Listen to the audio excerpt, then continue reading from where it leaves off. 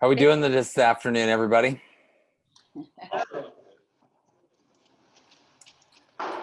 All right. Well, appreciate Vance, you being able to ask for 15 minutes right as I was about ready to text you and ask you for 15 minutes. So shows you that great minds think alike. I did send you all an updated, what we refer to as our tracking sheet. Well, hopefully that can double as an agenda for us. I know that we have in the past alternated between proposals, which we can continue to do again. What I sent you, I think on Thursday or some point over the weekend, I can't remember, days kind of run together. We only had 3 in your court, 10, 11, and 12. So we obviously have more coming your way. So today, a lot of which is current contract language, but hopefully we'll be able to talk through some of the reasons, again, continue to talk about why we think that that's important. So anything you guys would like to share before we jump in or need from us at all? Yeah, Dan. I told Nancy I'd work on the last 2 pages of number 7 proposal. She had referenced some things that were in the law and was questioning whether we needed to have them in the contractors refer to the law for them. I did refer to some of that to the law. I don't know that we need a lot of discussion about it, but I figured I'd just send it over to you since I said I would get that to you by this meeting for the last 2 pages of Article 7. And you can look at them in your union caucus if that makes sense.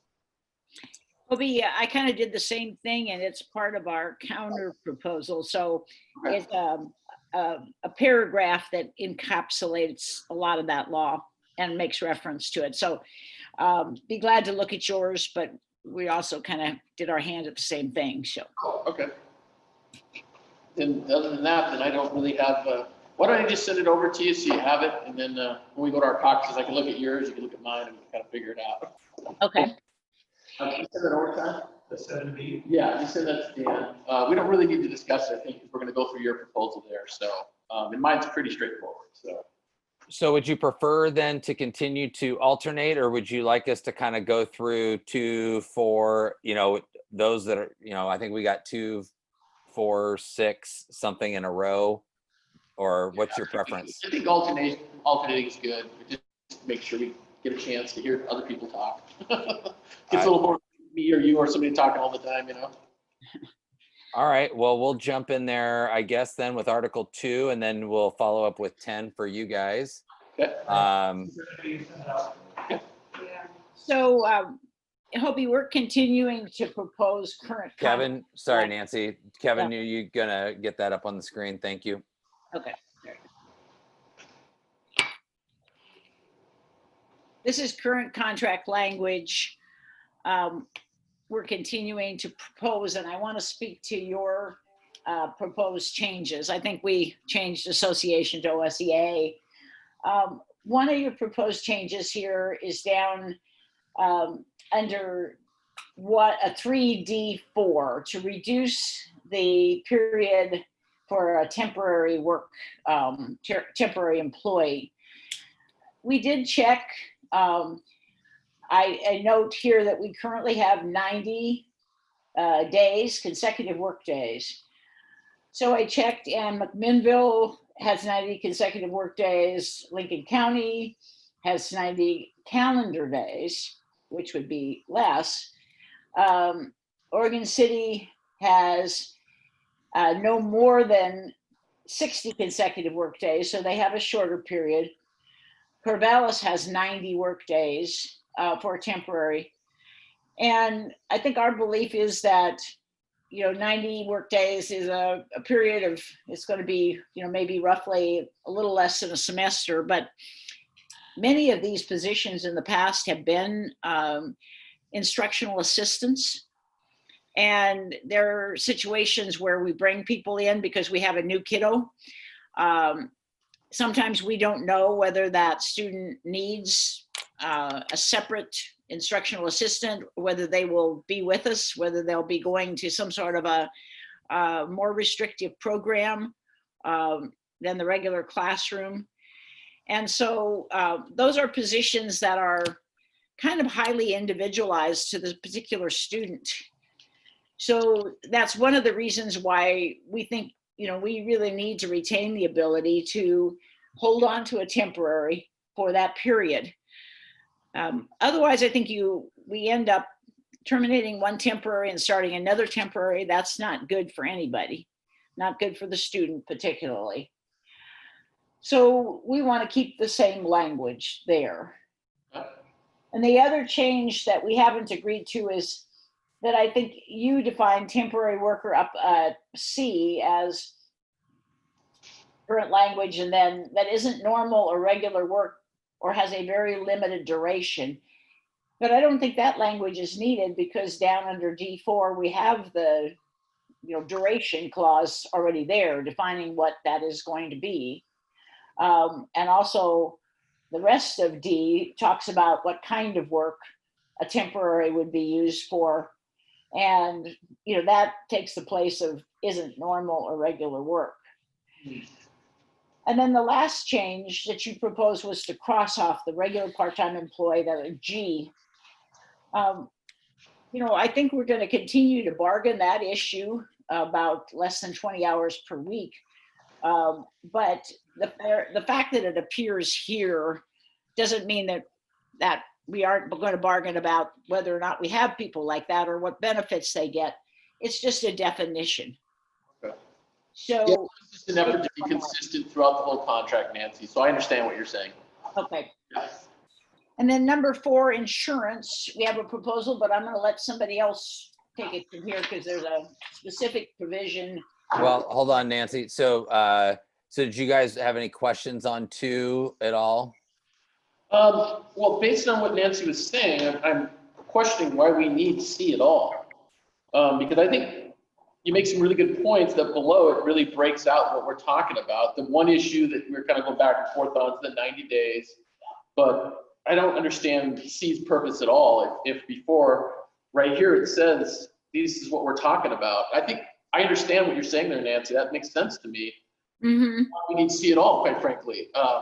Just thinking out loud here, Yeah, I would agree with you. We really don't need C. It doesn't say anything more than what D says.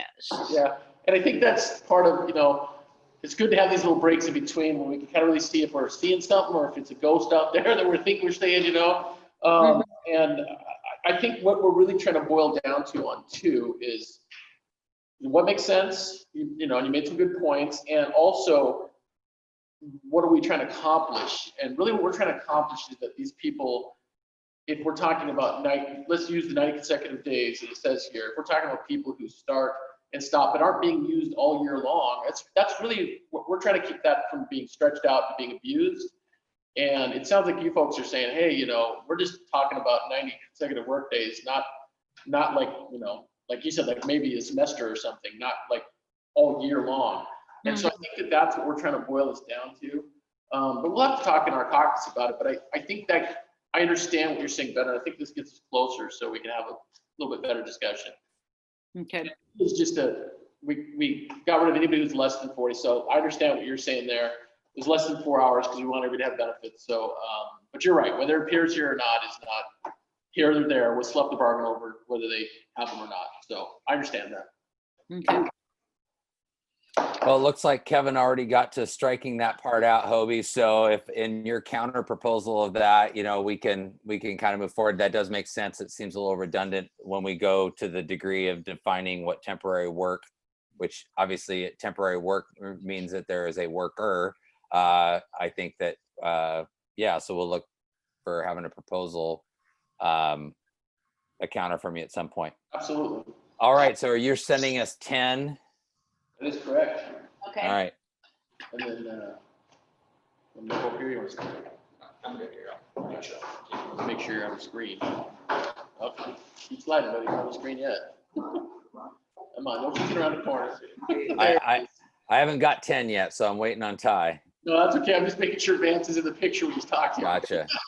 We don't He's in want the corner of the screen. We don't want any disembodied voices.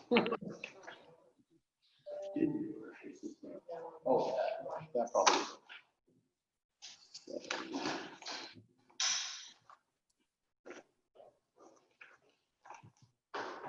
Let's send it on to our team.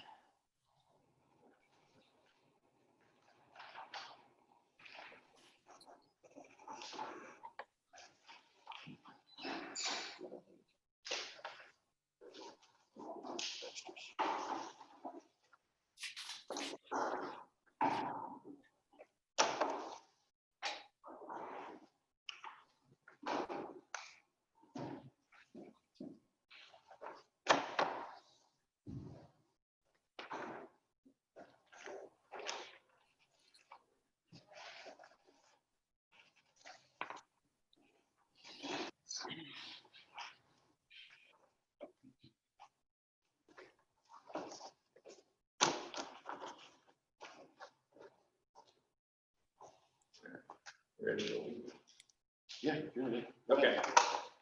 So just a reminder what the colors mean. Yellow is our original proposal.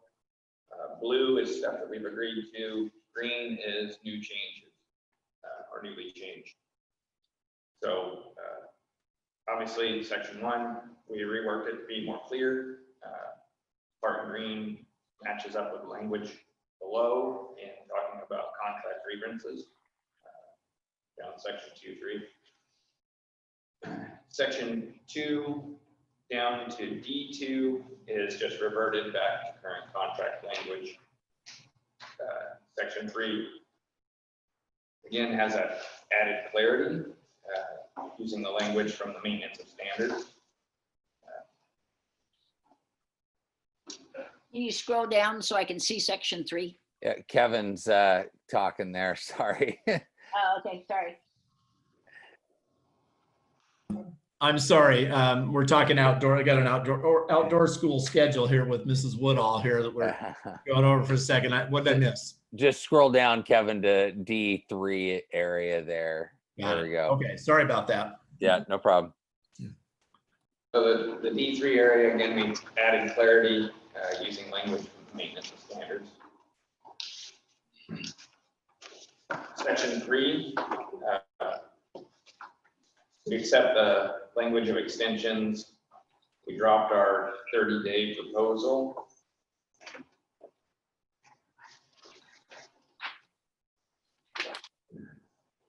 Page 2, Kevin.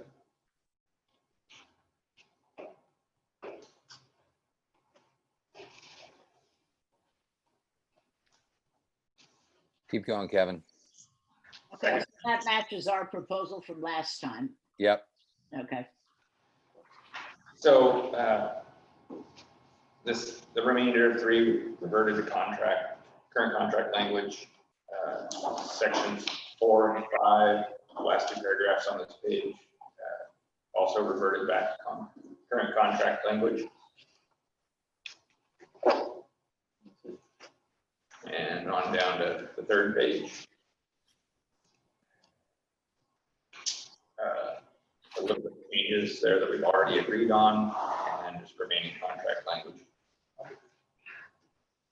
So the real substantive changes is a little broadening of the complaint procedure in that purpose section at the opening.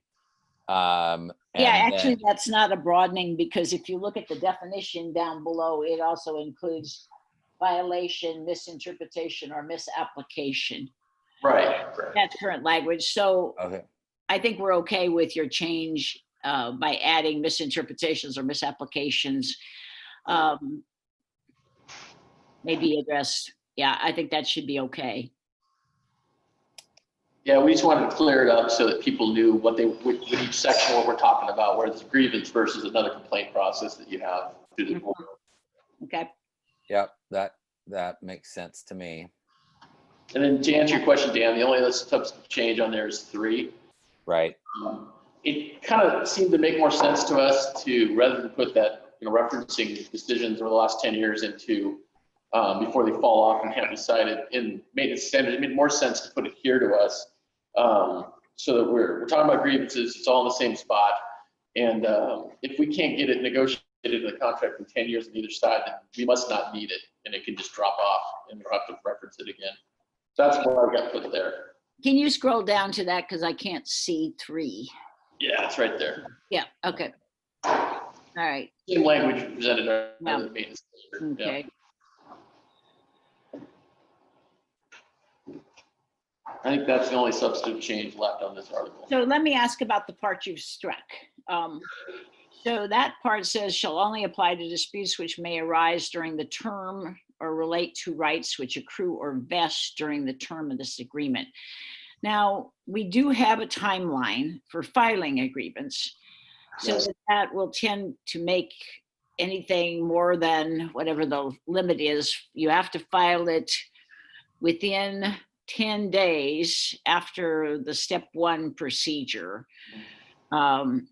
So I guess that does provide us with some protection about you Right. going back and trying to, our concern was striking that language that's in yellow there, that you'd be trying to reach back before the agreement. And so I guess if there was a change in the agreement, obviously the new language would apply as of the effective date of that new agreement. Yeah, we're not trying to do an end run on you, Nancy. We're just trying to give Right. us some guidance going forward, from Yeah. other things in the past. Okay, and so the grievance settlement's over 10 years old. I see what you're saying is that, first of all, I'm not sure if anybody keeps them. You might be right. So, but you're saying that those settlements wouldn't necessarily be used to resolve current issues, even if the contract language had not stayed the same. What you're saying is that if we settled something, usually when we settle something, we have language like both sides agree to settle this, but neither side concedes to the other side's interpretation of the contract. Yeah, sometimes we do it that way, and sometimes we settle things and we do something good and we put it in the contract, right? And other times, like COVID's a good example. I'm not super interested in putting that in the contract in the way it was written up. So, but we can go back and look at that and say, okay, here's how we've dealt with this issue. Mm-hmm. Or does it make sense what we're dealing with here? If so, now we have kind of a roadmap of how to, okay, look, we've done it this way. Like you said, if we ever arbitrate anything, we could bring that stuff up anyway, right?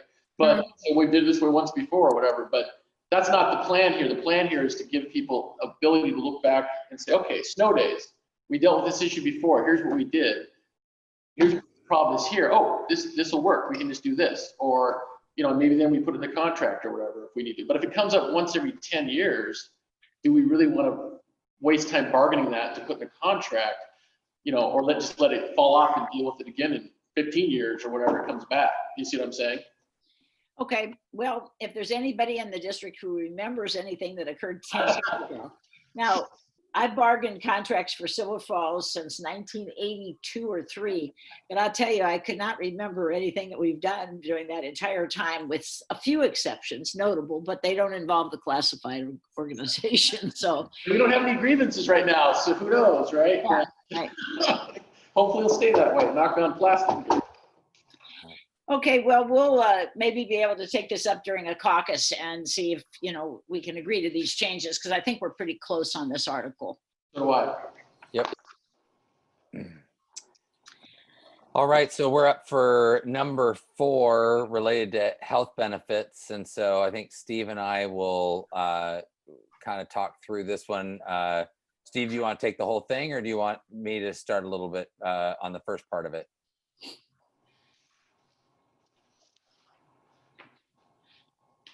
You're still muted, Steve. Either way, it's fine with me, Dan. Why don't you go ahead and take a run at it? Sure. Yeah, so our counter on insurance, we're proposing the same contribution that we have this year, which is $1,645 per month for any employee that works 35 hours or more per week. However, if we scroll down a little bit at the bottom of section 1, we are placing a $400 per month opt-out provision, which would be new starting next year for full-time employees who opt out. And actually, this should say opt out of medical insurance, not just insurance. So if someone opts out of medical insurance, they'd be eligible for the $400 per month opt-out provision, but they could also be able to take the dental and the vision piece. Again, the definition of opt-out is when you opt out, you have to certify with OEBB that you have coverage elsewhere. And we're proposing that the $400 per month opt-out would be directed into a health reimbursement account, in this case called an HRA VEBA. This is something that would not have any tax consequence to the employee and would allow employees to be able to use their HRA VEBA to help cover expenses not covered by the health plan that you have somewhere else outside of our district that your spouse may have. So this is something that a lot of districts have gone towards, and as actually recommended by our third-party administrator. Because if you allow the choice of a 403B versus something like an HRA VEBA, if you're allowing the choice, it could generate unintended tax consequences, both potentially for the employee and possibly also for the district, and also employees that don't even take the opt-out, because it could make our healthcare benefits taxable, which they aren't now. So a TSA obviously is taxable once you start drawing from the plan, and adding opt-out dollars into a paycheck is obviously taxable at the time of the paycheck, versus an HRA VEBA would be a non-taxable instrument, just like the health insurance benefits are not taxable as well. So you're kind of matching that up. So that's why we're proposing that go into HRA VEBA. It's also, completely flexible and portable with the employee, and could be used for premiums down the road, for supplemental retirement, health insurance, those types of things.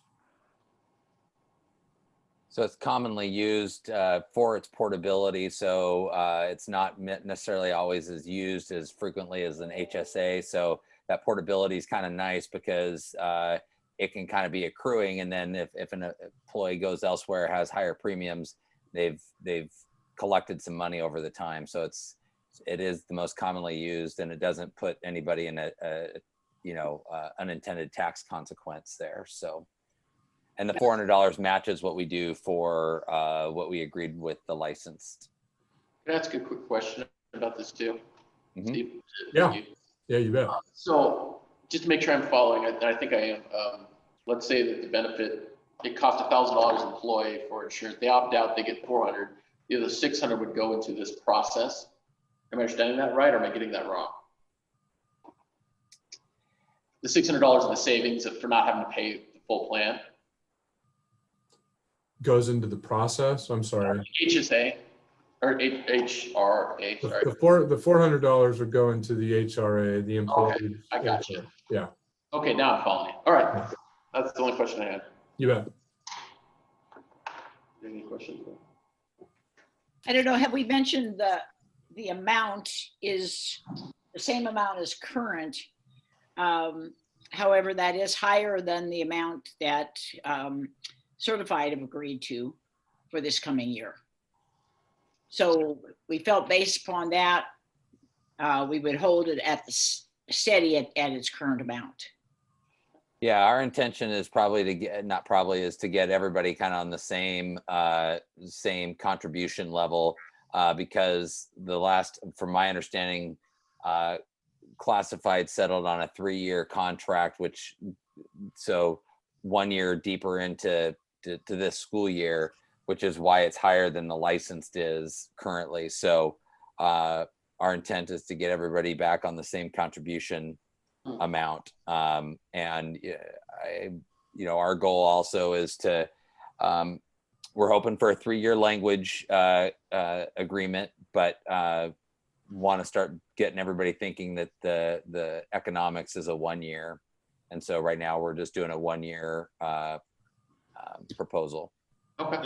Can I ask a quick question, guys? I'm sorry, Steve, I can't remember if you said at the start that, or pointed out that we have no difference in our counter for HSA or other insurance, where the contribution is going to be the same, Hobie, instead of differentiating between like the HSA plans and the more standard traditional plans. Yeah, I'm sorry, Kevin. I forgot to mention that. Yeah, that's definitely a pretty big difference there compared to what we're doing now. So yeah, Okay. thank you very much for. Sure. I appreciate that clarification. Thank you.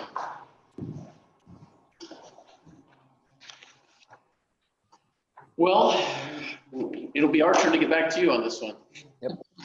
All right, so looking for your number 11. 11 is on its way. The second here.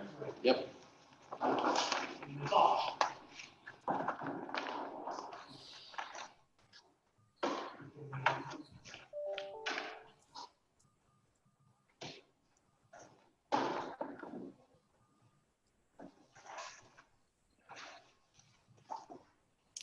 On its way.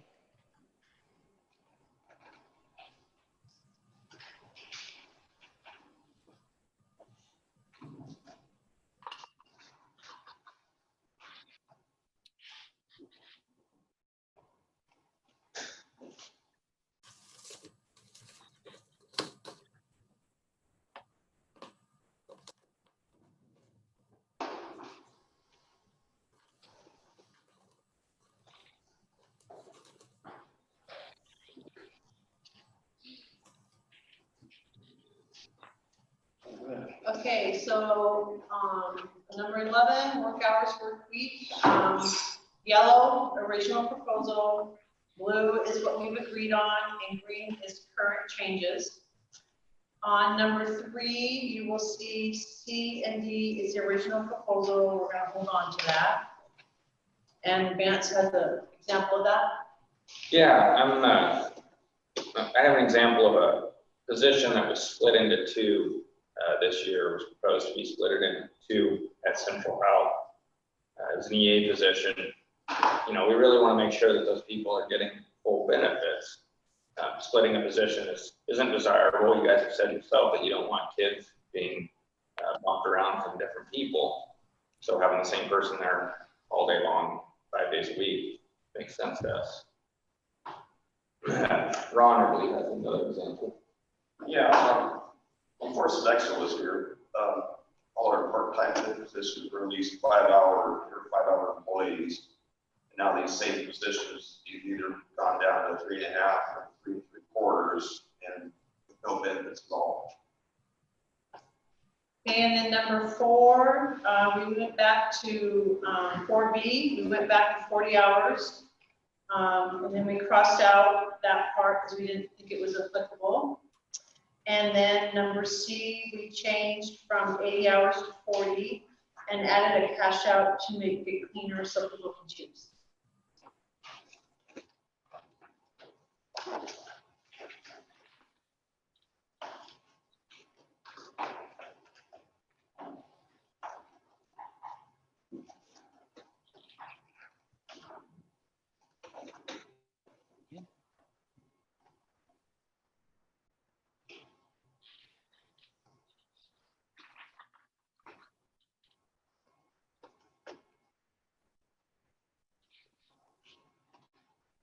So is on C that you've got bolded there, the district shall reflect the amount of compensatory time an employee has on their pay stubs. Is that new or was that in your original? No, stuff that was, anything in yellow should be our original stuff. Okay, all right. We Just curious. basically went through and changed the 40 hours back to, or from 80 to 40, because you guys are concerned about, you know, people why would have that much, and that was fine with us. We just picked a number, so we picked a different one now. So hopefully it works. And they just want to make it a little cleaner with the cash out up there, so that it was just very clear that, you know, it's either or, and it gives flexibility.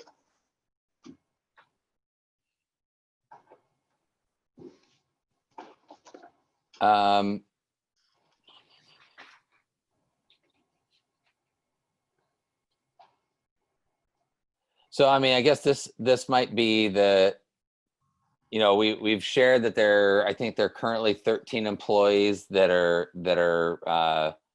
in that less than half-time category. They're listed as C.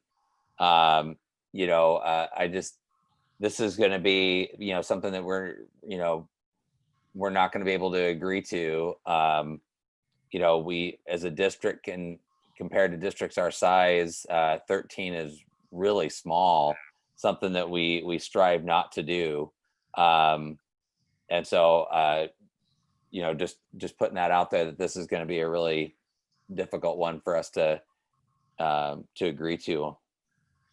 Well, and the concern that we have, like Vance laid out, and we're on both, is that It's There- increasing. it has increased. That's our concern. And taking a full-time EA job and splitting it into 2 part-time jobs is, you know, taking full-time work and splitting it into part-time work is very concerning for us as well. And having the ability to look, maybe we need to look at these jobs and see. I mean, I can understand that you might need flexibility to some degree to do something, you know, that's a little different. But we're just trying to figure out if all these jobs make sense, all 13 of these jobs make sense. You know, what flexibility is needed to specifically say that these people have to be, you know, 3.5 or 3.75, you know, because it feels like the flexibility is that they don't get benefits, which I know benefits are expensive. I didn't fall off the turnip truck yesterday, so I get that. But that's a concern of ours as well, which makes it tough for us. So it sounds like we have some more work to do on that piece for sure. I guess we haven't changed anything in our proposal, so I guess we're waiting to hear from you if you have an idea of how to address that. Okay. As far as Vance, I saw your email earlier about the Central Howell position. So, so that's, you know, we did actually post that position as a full-time position and did not have any qualified or candidates that we felt were qualified for the position. So we did split it. Don't quote me on this, but I do believe that maybe one of those people has resigned that position. So we may be reposting that. And my expectation would be that we'd be reposting it as a, you know, a 5-hour, however many hours, you know, that position is budgeted for. So I will look into that for sure, Vance, and get back to you and Hobie on, you know, the split of that position, and is that currently what we're doing? Because you're right, we didn't capture that in the what you requested. And I know some of that comes down to how you guys are recruiting, if you're just using the website versus actually, you know, using other avenues. Sure. Well, and I think the other thing too is that, like, if we're not talking about that job, now we're talking about 11 positions, right? So it you know, potentially. So that's kind of the concern. We're trying to figure out what we're exactly talking about that makes sense operationally and for us. So we're trying to figure that out.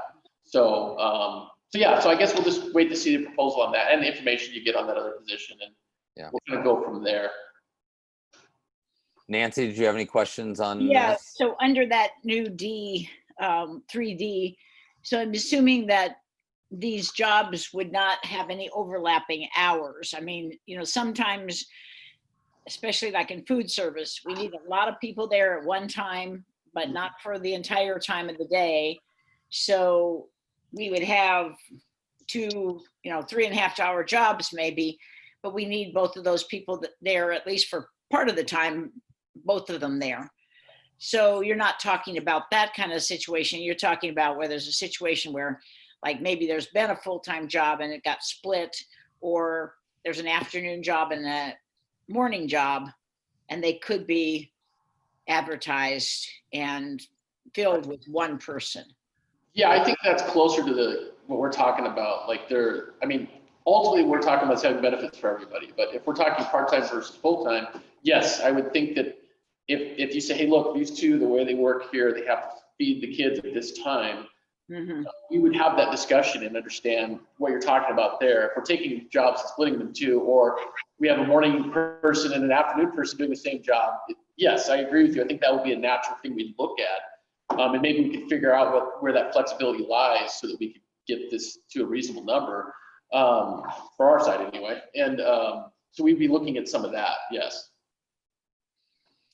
Okay, thanks.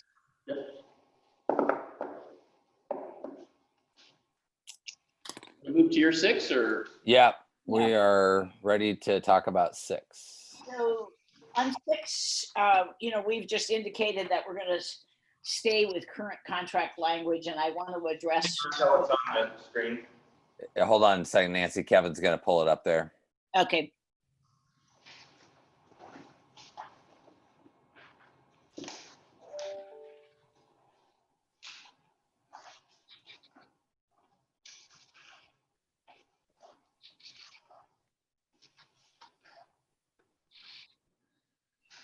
Okay. So we're staying with current contract language, and what's marked here are the things that you had proposed to delete, but we're not willing to delete. Oh, I thought we had a TA. Dang it. No, sorry. So that's a little confusing. Let me go over here. So first of all, is this but not limited to language? While I think that the word included probably assumes the not limited to, because it includes, not shall include doesn't mean other things are excluded. But we start with the concept that the board has all the rights, and except those that we bargain away, that we bargain, and the union has certain rights to do certain things, demand certain things of the district. So I guess we would leave that language in for that reason, because anything you bargain away, bargain specific provisions for, we're going to comply with. Otherwise, we retain all the rest of the rights. Under number 4, the standards of performance, usually I don't talk about mandatory or permissive, but that is a topic that is permissive. And there are 2 cases out of Springfield, a very early case, but a more recent case out of Y East versus Oregon Trail School District, where Herb said that those are permissive topics. So therefore, I guess we're indicating that we're not willing to bargain away the ability to set standards of performance or evaluations of performance.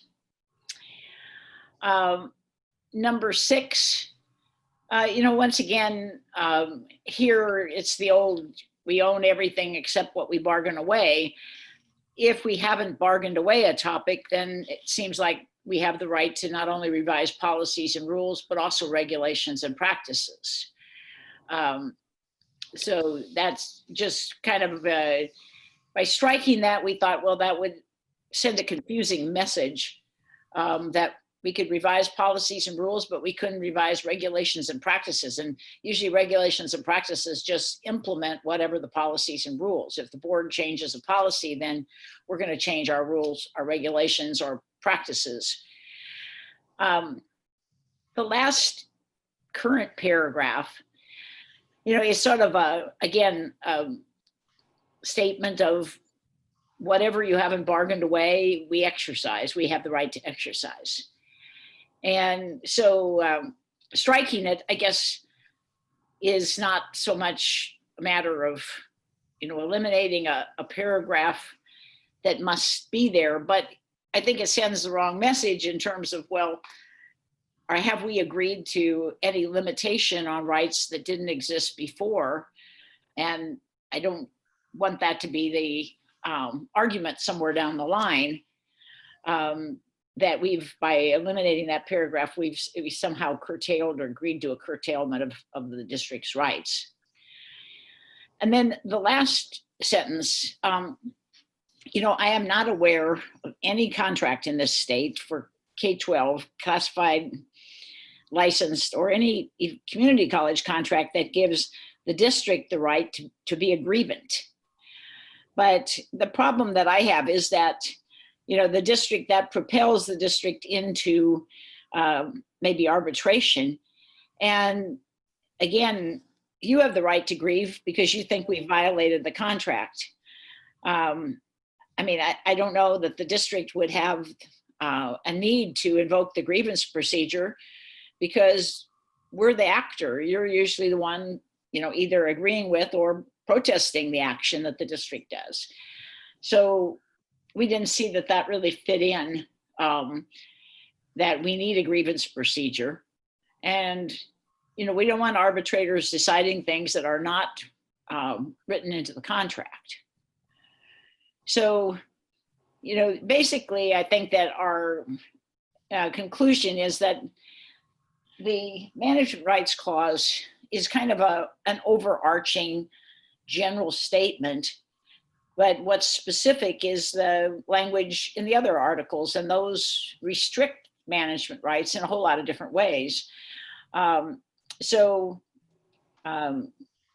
don't know that leaving the current contract in place really is going to change anything, but we feel like making the changes that you have proposed would change something. And I think that the way you change something is by bargaining specific language into the other articles of the contract. Yeah, and I hear what you're saying there. And like I said, we had some good discussion last time about this as well. I think maybe a counter to this would be, because you kind of brought this up last time, that, we can have this discussion about, bargaining different things that happen and, as they go along, and we can have language maybe under Article 7 that says that we have the ability to, if it's not expressed, to retain the ability to make the argument or something like that, I was thinking about that actually, and that could be a way to basically say exactly what you're saying here, but on our side as well. And maybe that would fix some of this. So we're really just looking for equity. We really just want to have more of a say in what happens. And we don't want to take away all your rights, even though that's where we started. But we do want to have some discussion about, what's fair and how do we discuss things going forward. How do these changes affect us, and I think you've seen that throughout our proposals, that common theme. So if we had some kind of statement in Article 7 that said something along those lines, I think that might address a couple different areas of this contract that we are kind of looking at. So, because like you, we just want to be able to make the argument if we feel that it's not, being done correctly, right? So, yeah, I think that you have a pretty broad right under the law to demand a bargain when we start making changes, if they're, either mandatory areas or permissive areas that have an impact on mandatory areas. So you're not without a remedy if we start making changes. If you don't like something that's in the current contract, I guess you probably got to wait until the end of the contract, unless you, convince people in the labor management groups that some change should be happening. Mhm. And you do that quite a bit because we got these MOUs out there. Right. And so that's a way that happens. I'll throw an example out there. We recently came up, we had Senate Bill 1049 that changed the retirement rules, and we wrote some new practices into place, and we ran those by you. And those, in and of themselves, that's our right to say this is how we're going to initiate this new law. But you have the right to say this changes, a compensation. This has a compensation impact, and so you're able to trigger a demand to bargain over that one portion of it, because you say, hey, that has a financial impact, and we want to talk about that. And so that didn't preclude you from, putting a pause on that, even though we went ahead and wrote the practices that we plan to do. But you still have what the law says you're allowed to say, we get to bargain over that piece of it. Yeah, I appreciate that example, Dan, and I would agree there. I mean, the law says we have to bargain too. So I agree with that, specific to that provision. I guess more of what we're talking about is things like the zipper clause, where it says if you didn't bring it up in bargaining, you don't get to bargain it, right? Those are the kinds of things that are just not equitable and quite frankly, just not fair. And so I'm sure it's very old language. I don't see it in a ton of contracts anymore. But that would be an example of what we're talking about here, restoring equity. And then, yes, if we take something like that out, that does limit us under the law, then we could utilize the current law. I would agree with you on that. And that would be reasonable. And I think that we could come to an agreement for both parties that would be good. But that's something that a bit of a poison pill the way it's set up right now. And so you're seeing these changes that are spread throughout the contract, including that particular section, because of that. Because we don't feel we have the ability to do that unless we spell it out and triple underline it in most cases. And that's part of the equity that we're looking for here. So maybe just keep that in mind as we go forward. And I get what you're saying about Article 6 here. I think we understand all that. And like I was saying to Nancy, maybe I'll propose something that as a counter that goes into 7 that basically just says what you're saying for Article 6, that we didn't waive the right, we have the right, basically. And we can have the discussion as it comes up. And that could fix this, get us past that and be done with it. But just keep that in mind as you look through because we haven't had any proposals back on that particular section with the zipper in it and stuff like that. So this is just something to keep in your mind when you're thinking about it. Hobie, what was the example you were giving? I didn't catch the word you were using. That this very Oh, there's a zipper clause in the zipper clause. Mm-hmm. Yeah. Like I said, and you probably know this too, Nancy. It's something that was very common literally decades ago. It's something that's not as common nowadays because none of us have a crystal ball and can see and it just creates a lot of hostility between people that are feeling like they want to have the discussion but they're being held back because of that. Like I called it a poison pill in the contract. That's why you're seeing the theme of things you're seeing in this contract is because we're trying to address that. Is if we don't put it out there, then we don't feel we can refer to the law. Dan's example was correct because the law says that, but specifically that overrides the zipper, but other things that happen, we can't have the discussion, we feel. So.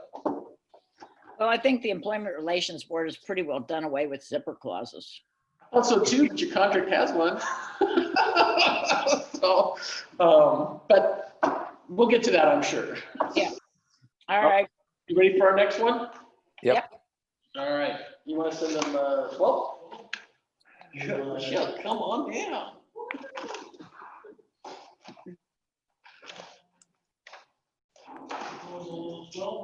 That is it.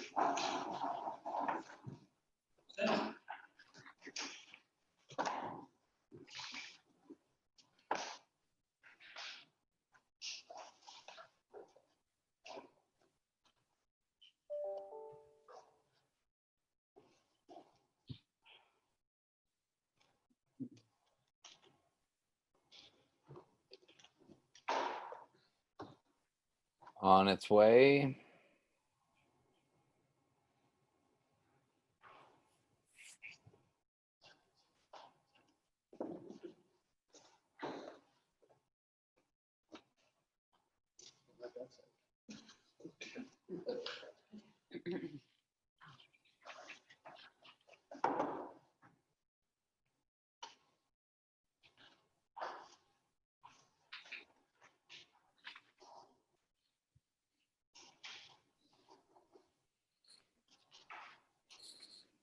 Okay.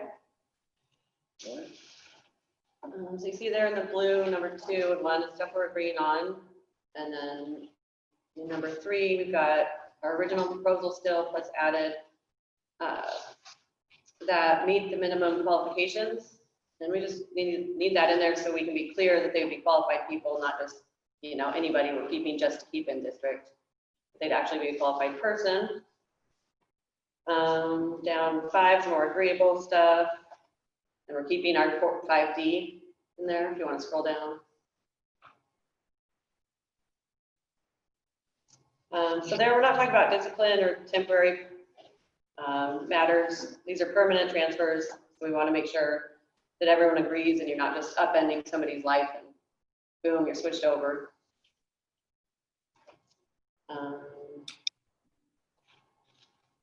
If that's clear, then there's some more agreeable stuff. And if you want to go down to number 8, we heard you last time that you may need, the full 90 days for probationary person. So we restored that 90 days, but we added a qualifier So the reason for that is some people might pick it up quicker, or they only need 45 days. And then if they don't, then we feel it's important that they know what's going on and what they're doing wrong. So then they have another 45 days to bring their performance up and prove that they should be there.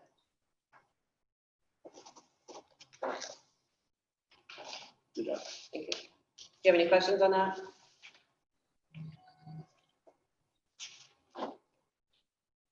Okay, so it's a 45 day, but then the right to extend it another 45 days if they're, we determine that we need more time to see how they do. Correct. Okay, With an explanation of what they're doing wrong so that they yeah, can okay. get it. Yeah. And at the end of that time, we can transfer them into the position previously held or another position in the same pay range and job classification, so they can be returned. Yeah. Yeah, if they haven't, but we have to provide, so you say clear training on what they need to improve on. So we need to be, I mean, the example that I usually give here is that we have somebody who has done a very fine job as a custodian, but takes a job as a lead worker and doesn't do well in that job. They still have all their skills and everything to do the custodial work, but they haven't really shown the ability to be a good lead worker. So we have to, under your language, I understand what we have to do is we have to define that for them and say, you're not giving clear directions. People say you're not available, that I don't feel that you provide them with any help when they're needing it, or that you're, accessible to pitch in if they run into trouble. And so these are the things you're going to have to improve on. And then we watch and see whether they can do that for, another 45 days. Yeah, and then we heard you when you were talking about the 90 days and having that full time versus 30, and that made sense to us. But we also know the other side of that spectrum is some people just pick it up quick and you can let them go. And so that 45 days would allow you to have the flexibility to say, you know what, this person's got this down. We've done the evaluation, they're good. We're not gonna worry about them anymore. But if they don't, like the example you gave, you'll pull off of your checklist and you'll say, these are the things that, you already have the list because that's how you evaluate them, right? Mhm. So these are the things you're not doing well. You still have some time left on your training here. So work on these things. We're going to reevaluate you at the end of the 90. And then at that point, you're either going to pass or fail and you're going to go back or stay on, That's the intention. Okay. Well, the one part about this that I see that will not be acceptable to us is any thought that when we're opening, and I'm going back up to 3, Okay. when we're opening the position, let me look at your number 3 again here. Okay. That the job would be offered to the current employee first that meet the minimum qualifications. And I think that you're going to find us resisting forever the idea that we have to offer a job to somebody that meets the minimum qualifications. Because we're going out to get somebody who, the district will interview everybody who meets the minimum qualifications. But the idea that we're going to be required to take that person when we've got someone with superior qualifications who happens to come from the outside. I mean, I think our record in terms of hiring from within is pretty darn good. But there will be times when there will be applicants outside that have, higher qualifications. And so the district had, I think that's where we would definitely want to take a stand that we have the right to select those people in that case. So just a heads up about how we're going to respond to this. But otherwise, I think most of the rest of this is workable, or we can at least talk about it. So. Well, the one area that will still be problematic for me is D there by the transfer and assignments, because, we routinely have, let's say we have several one-on-one students with one-on-ones at Mark Twain Elementary, and they're moving to Robert Frost, and we need to transfer, by our definition, transfer refers to site. So we may be thinking, man, these aides are doing such a great job. These kids need consistency. We're transferring the aides over to Robert Frost to continue doing the great work with these kids. Mhm. You know, but you might have a teacher there who's, you know, fond of her colleagues or his or her colleagues at Mark Twain, and then say, hey, I don't really want to transfer over there because all my friends are here, but the kid needs them at the new school. So just as an example, that's also going to be one that we're not going to be able to agree to by mutual agreement on 5D. Mhm. And I think, speaking to 5D, I think, you know, those feel like case by case kind of things, right? I feel like the concern, at least one of the concerns from our side, is people who, it's not because they need to stay with the kid. There's just for no applicable reason, or maybe somebody doesn't like them. They're now moved to a different shift at a different time in a different building, and there seems to be no rhyme or reason with it. So that, I think, would be the concern, a bigger part of the concern for us, quite frankly. So if you have a better way of us avoiding that, we'd be willing to listen to it in a counter. That I think is our bigger concern, unless I'm wrong, Vance. Do you understand? That'd be the biggest concern, yeah. Yeah, so I think logistics make sense to a degree. I mean, we do want children to have the best, you know, start in life, and part of that's getting a good education and having people that work with them well. But we also have people who inexplicably get moved, and the feeling is that it's, oh, this principal didn't like me, and so they shift me off to this other school where they only have an evening shift or an afternoon shift or whatever. It upends my life. I think that's our concern there.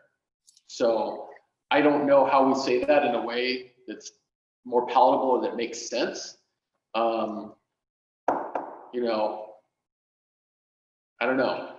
Which employees work on shifts besides the custodial employees do, but which other classified employees work other than some kind of a daytime shift? I know that, you know, we might have some employees who arrive a little sooner than others, or depart a little later than others, but, you know, they're still on a 8-hour or less shift, and is basically a daytime. But any other employees who work swing shift or graveyard shift? Swing shift, no, but food service, for example, you know, they have people come in at different times at different facilities, different sites. So, you know, transferring someone that lives in town that's 10 minutes away from their building to a school that might be a half hour away and starts in a half hour earlier could be pretty rough.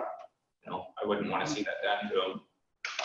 Just because the district thinks it's easier to move a lead cook from this school to that school to cover, because it's hard to hire at that site. Mm-hmm. So it sounds like we're talking largely about custodial and lunch folks, or sorry, food service folks. Does that sound right? Yeah. No, Yeah. maybe that would be some way to find, you know, fine tune that section.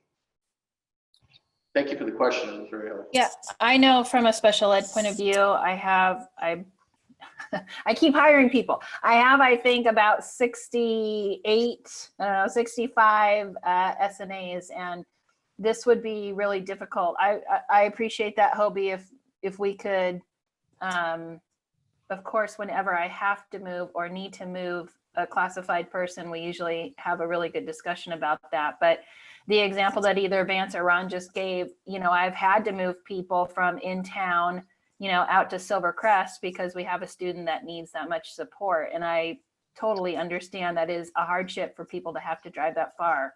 But I have to put the employees where the kids are. So I'm not sure how you can make that more specific, or if you can really exclude people out of your association to do that. But I know for special ed, that would be a hard trick to do. Yeah, and I think I appreciate that comment. I think that you know, the key thing that you said there was having a really good conversation with those folks, right? Because people understanding when things are done with them and not to them, they tend to react better and understand the situation. Or they might come to you and say, okay, well, this person graduates next year. Would I be able to go back over here closer to home the following year when the student's gone? Having those really good discussions, I think, would take a big chunk of this off the table for those folks. And then we'd largely be talking about the two groups we already talked about, figuring out something for them, because their jobs are, I'm sure there's nuanced differences, but they're largely the same thing. And so it feels a little more, you know, punitive when people are moved away in those situations where when you're serving food, you're serving food. If you're doing custodial stuff, generally you're doing custodial stuff, right?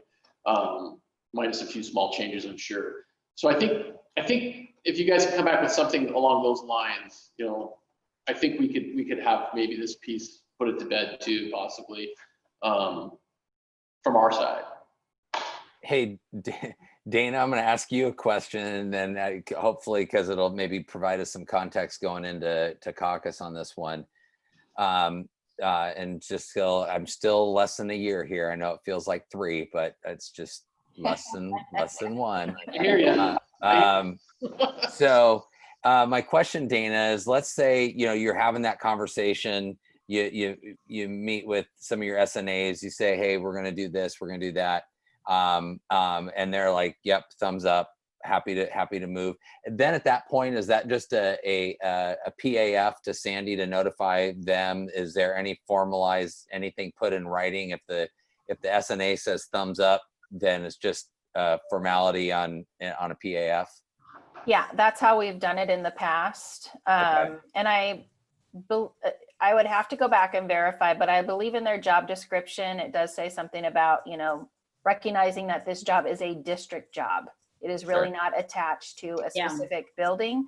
As much as I want to keep them there, I realize it's important to be part of a staff family, and it's hard if you've been somewhere for 10 years and then I ask you to move. But yeah, in our internal process is a verbal okay, and or like this year I've had like five SNAs ask me for them to move. They would like to move, and I think I've actually managed to do that all in the special ed puzzle this year. But yeah, so far it's just a PAF in Okay. Sandy. So. Go ahead, Kevin. Are there any specific instances of this happening, you know, without using names or identifiable, you know, information that you guys have that you could share with us? So yes and no. I would say yes, we have some examples, but I'm not entirely sure how comfortable those people would be sharing that at this point. We can check with them and see, you know, some people, when they feel it's personal to them, they feel like if they say anything else, it'll be more personal, right? So we do have some examples. This is why we bring it up, right? But I think we'd want to talk to them before we utilize, because it's, even though you're not using their names, they're pretty specific. So I think it wouldn't be hard to figure it out. So I think we would have to talk to them and get back to you on that. But yes, there is examples. Yeah, I mean, you know, even if that was you guys talking to Dan, I don't need to know the, you know. Well, it's nothing against you, Kevin. It's just that some people feel like, hey, I'll tell you this, but I feel like I've already been punished once. I don't want to get punished a second time. Whether they're right or wrong about that, that's the feeling that's out there. Yeah. Yeah. So, but we can look into it and get back to you guys on that. All right. Well, and maybe, and the reason why I asked Dana that question is maybe, you know, and I'm just kind of thinking out loud to everybody, is maybe the counter proposal is something, you know, versus a mutual agreement, you know, could be something put in writing to, you know, so that so let's say Dana has a situation where she has somebody that she's going to move, and maybe it isn't a thumbs up, I'm ready to go. It's more of, you know, but she's made the determination that's in the best interest for either the student or the district, what have you. The person could make a request in writing just for Dana to maybe defend the decision, and just so that person has some documentation about, you know, because you're bringing up situations that maybe the employee feels it's a different reason, but we're providing it in writing. I don't know if that helps at all. Just trying to kind of problem solve out loud. Yeah, I think just some proposal that says that you're going to have a discussion with them. It sounds like you do it already. I think that might help a big chunk of what we're talking about. And then those two classifications we talked about, maybe we could even fine tune something specific for them that's slightly different because of the nature of the work. You know, I mean, if you go from 3 positions to 2, and the person can move to another district or actually another building to keep working, obviously that would make sense, right? But if we have 3 positions here and we have 3 positions there, and you know, somebody leaves over here, and then now we just inexplicably we move you so you're half hour away, right?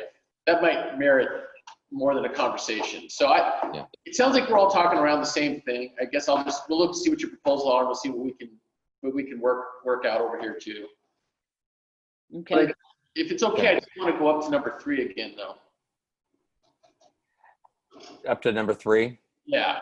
Yeah. So we hear you when you say you want to get these rock stars in here to jump into these jobs and take them.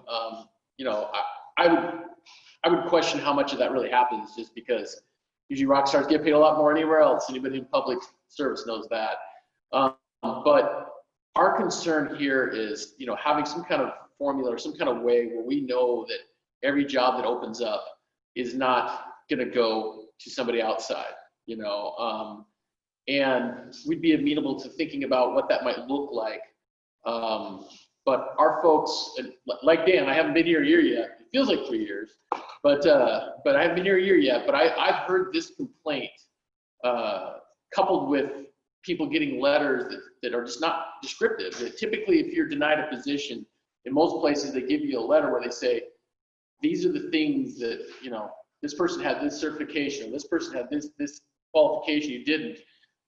You get that in your letter if you're rejected, if you request it, because then you know what you need to do next time. So if that position opens again, I go out and get my certification, or I go out and get the skill. Now when I reapply, I'm now doing better. I'm meeting the minimum, or I'm exceeding the minimum, just like the person outside, because I went out and got that training on my own. But so we've got 2 issues here, I think, with that. You know, figuring out a formula that ensures that some of these jobs are going to go to our folks, versus a stranger off the street who hasn't been with you for years and been doing their job, working hard for you, and a piece clarifying why this person got it over you, so that they can have that to get further training as they go forward to make themselves more valuable and hopefully land that job next time. So that's what I'll leave with you on that one. I heard what you guys said, hopefully heard what we said, and we'll see what comes back. Tim? Yeah, I think, you know, I think that if I had to guess, I would say you're probably talking primarily in the custodial department is probably where your concerns are coming from. But, you know, remember, I think, I'm not sure if it's a third or almost a half of your membership are people, are aides working with kids. And I could see a situation where, you know, someone meets the minimum qualifications because they've worked for us for a while, but, you know, and maybe in their mind, they want to go work with younger kids. But in our mind, we would be going, that's a mistake. And, you know, let's say we get someone move into the area who's been working with younger kids in another school district, and you know, this person has more experience working with younger kids, you know, but because of this language, we'd have to give it to someone who you know, maybe wanting the new opportunity, but we could see based on our observations, working with younger kids would not be in there or the district's benefit. So that's another. I think you might be focusing more on the custodial maintenance area, maybe. But, you know, we're looking at the bigger picture, especially just focusing on who works directly with kids. And, you know, we need to retain that ability to say we're putting the best person working with kids who may just have said, hey, I've been wanting to work with Silver Falls and work in your schools, and now's my chance. So. Yeah, I hear you on that. I mean, again, it sounds like we could be talking about a counter proposal that has maybe two sections to it, right? I will say it's not limited to custodial, but you know, anything that gets us closer, and the current language, maybe that would handcuff you too much. So that's why we're happy to see a proposal from you guys that maybe inches us in a direction where we can, you know, even if we split it up groups, to figure out a way to do some of this in a way that doesn't handcuff you, but also doesn't handcuff us, you know, in a way that's not working for us. I can't imagine. Guys, I would add, you know, to that, regardless of the group, you know, if my hands are tied to the point where I can't offer the best applicant the job, that's a problem. That is my number one priority as a principal, is to make sure that I hire the very best people that I can hire. And so if I'm constrained on that, then that's not ever going to be a good thing for our school or our district, I think. So I'm not sure what, if any kind of compromise can be made on that, but in my position, the best person gets the job.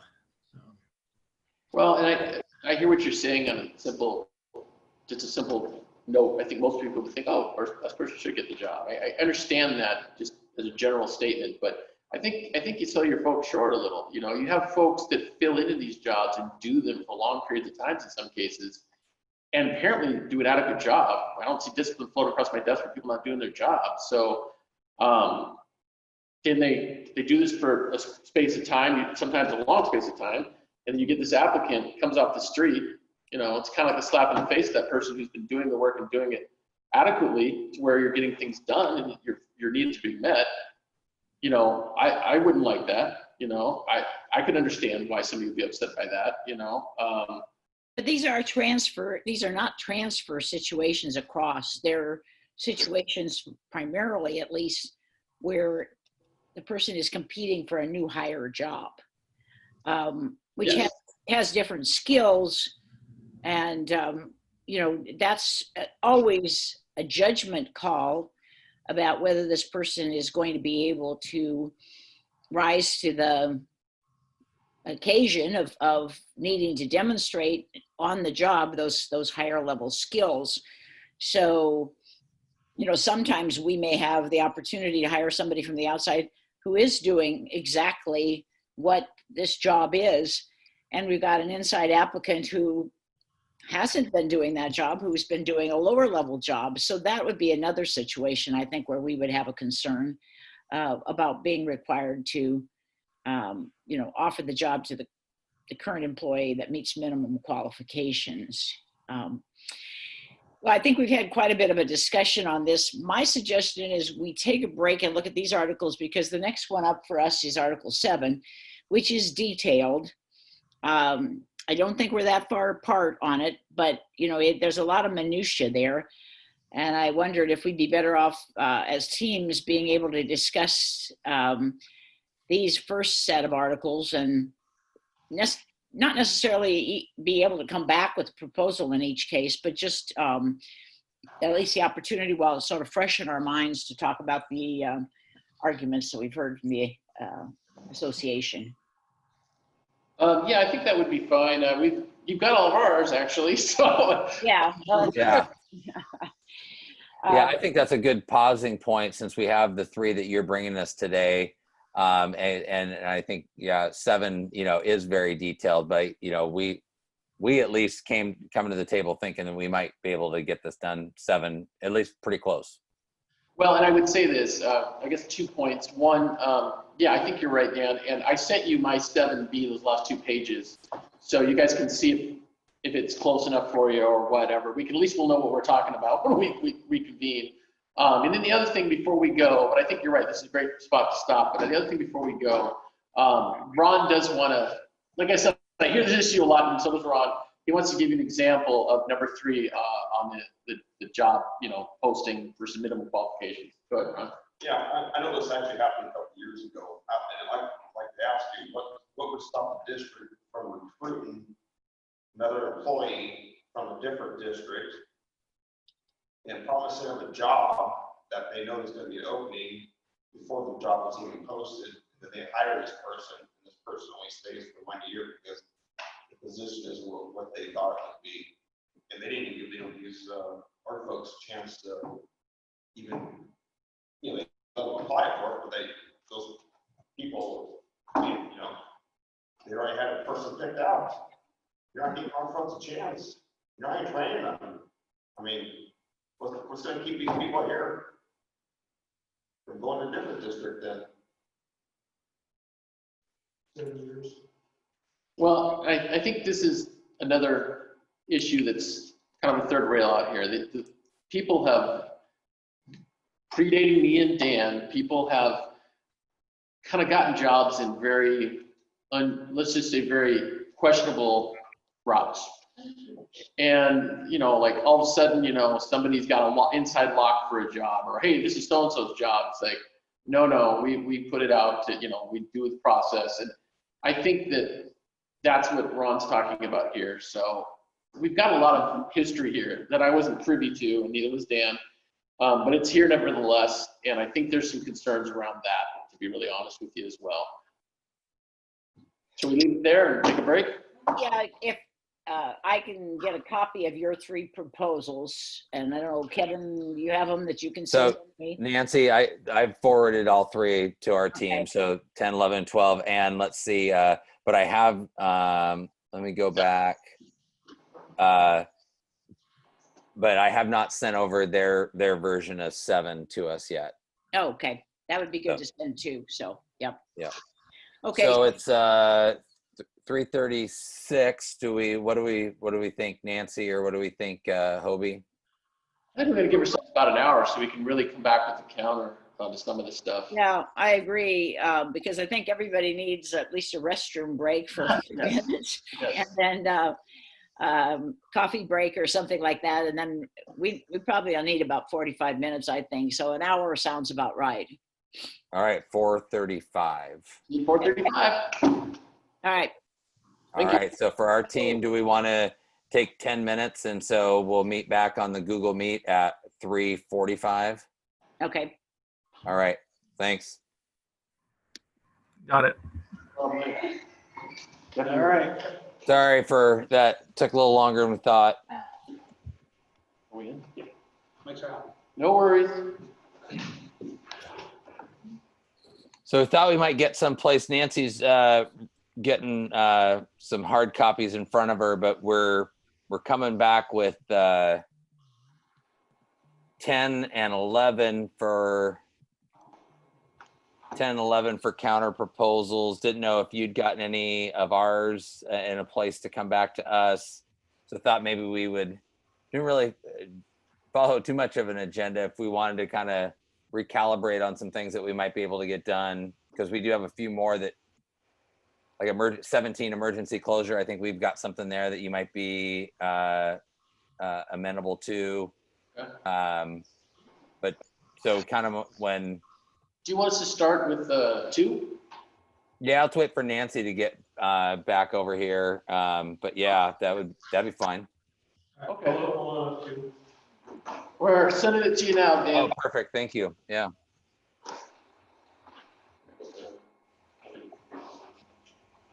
Probably be easier. We're waiting for Nancy anyway. Hey, Ron, we're gonna wait till Nancy's in. You can come up, but we're gonna wait till Nancy's in.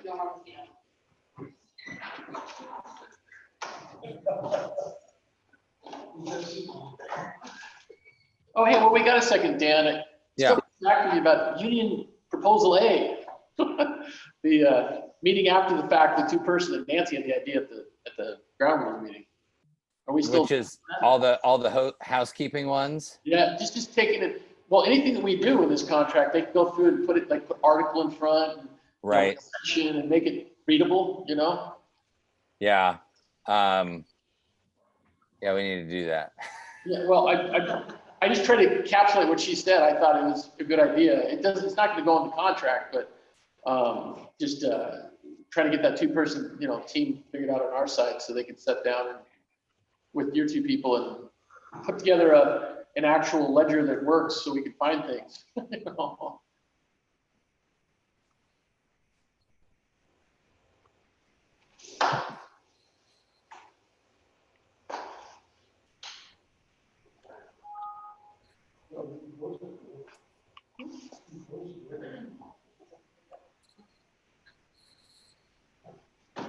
Oh, did we lose Nancy? Did she pop in and then pop back out? Not that I saw. I just Not that I saw. yeah, just wondering if she lost signal out there or something, you know? It's cocktail hour. Is that? I sent her an invite, Dan, just to make sure. Okay. I wish.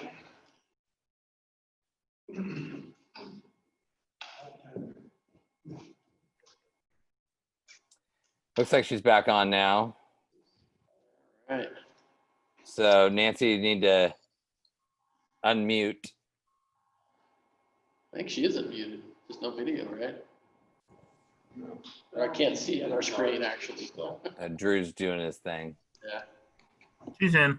All right. So Kevin, did you get their number 2 proposal that I just forwarded to us? If we want to put that on the screen.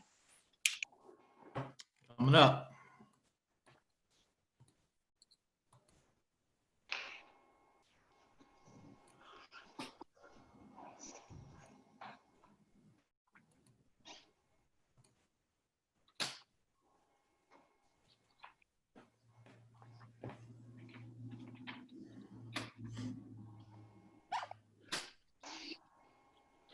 Okay, for Article 2, as like we discussed earlier on this, we're gonna strike out 3C, the temporary worker, first a person hired to do temporary work, and then we're gonna add back in 3G, the definition of a regular part-time employee less than 20 hours per week, with the understanding that if we change that in the later one of the articles, that it won't need to be changed to this one.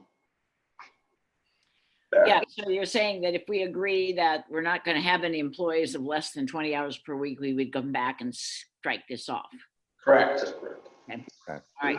In an effort to try to get things moved down, the ball down the field here, we figured that would be the way to do it. Oh, the other thing too was we went back to the 90 consecutive workdays as you outlined, and the original language there on 4, which one reverted back. Okay. All All right. right. That should be a TA then. Yeah. Yeah. All right, we're off to a good start. It's your turn. Where's your TA? Okay. Well, I'm gonna send it your way. If Kevin, you want to get 10 up, our 10 up on the screen, I'll go ahead and send a copy to at least a few of you. I can't see everybody in the room.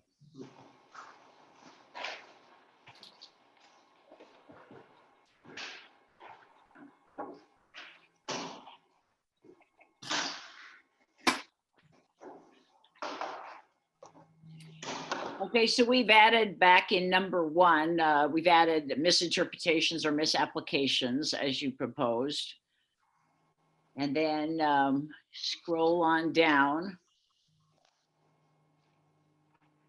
Okay, we've changed to D3, I think in accordance with what you said, except I think you had left off a couple of words, term of the agreement. So the first sentence you had crossed off term in both places, and I don't think you intended to do that. Oh, I see. Yeah. And so then we've agreed to the language of grievance settlements over 10 years old shall not be cited or used to resolve current issues. And then the rest of that, I think everything is as it was. You know, we already had agreement on where we've got a TA there in D4. And the agreement about mutually extending for an additional 7 days, we already had that as, I mean, we had kind of concurred, both parties were putting that language in. And I think that, yeah, putting the words working in 2 places in step 3, we had those tentatively agreed to prior. Right.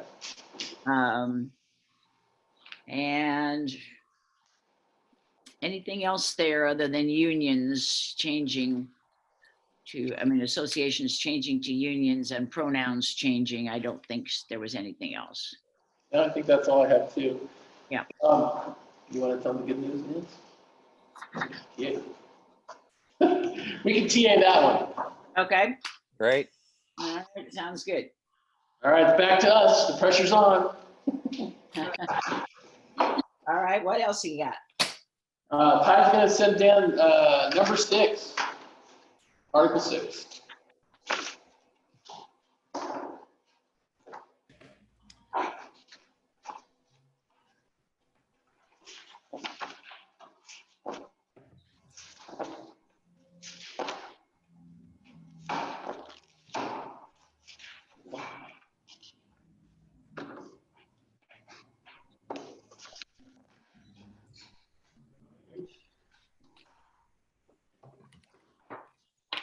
All right.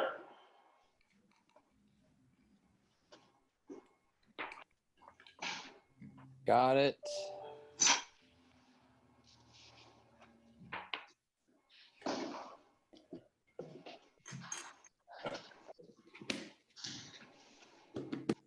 All right, it's sent.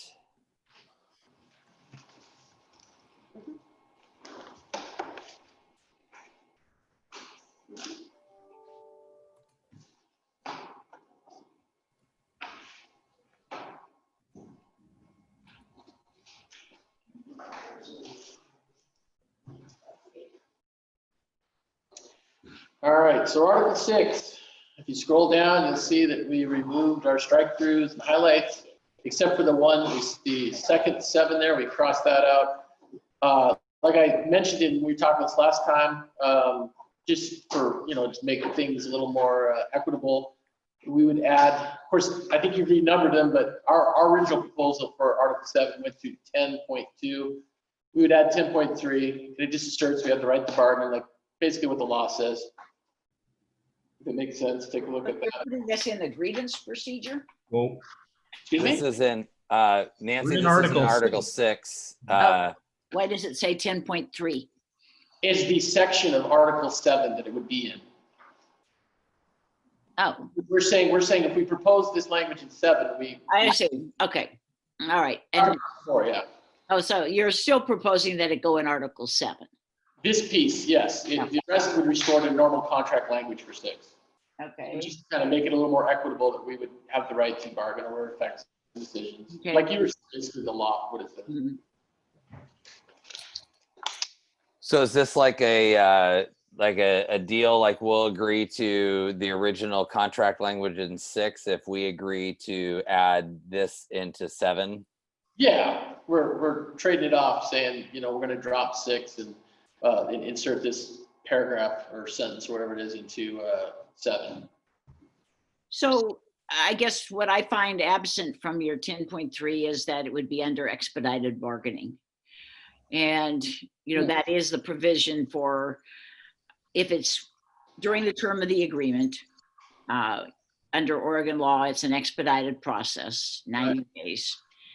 And so the problem that I see is that that's not clear here. And without that being clarified, we would be required to go through the entire lengthy process. 50 days, yeah. Yeah. We're not trying to do that, Nancy. Okay, so if we said that the district association has the right, you better put union, you got association there. You're right, I didn't catch one. So they have a right to demand bargaining under, and we can put in ORS 243.698, or we can put in under the expedited bargaining process in 243.698 after demand bargaining. Yeah, I think the ORS will suffice here. And yeah, we can agree to that. That's we weren't trying to do the 150 on you. Okay. Yeah. You don't want to bargain 150 days over a single thing anyway. No. So that changes the terms or conditions of employment, and those are what we have to bargain upon under the law.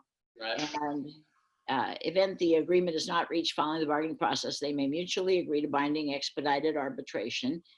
I don't know if we have a definition of expedited bargaining arbitration, but I understand that would be in both of our interests, actually. Yeah, it's usually faster. Yeah. Oh, I see. Right. Yeah. Or in the alternative, take whatever legal actions deemed appropriate. So my only concern there is, does that leave it too uncertain? Because I think we agree that your legal action is to strike and our legal action is to unilaterally implement. We could add Article 21 into there if that makes it easier. Article 21. Yeah. Yeah. Okay. It just, if it makes it clear, we could put that in parentheses at the end or something.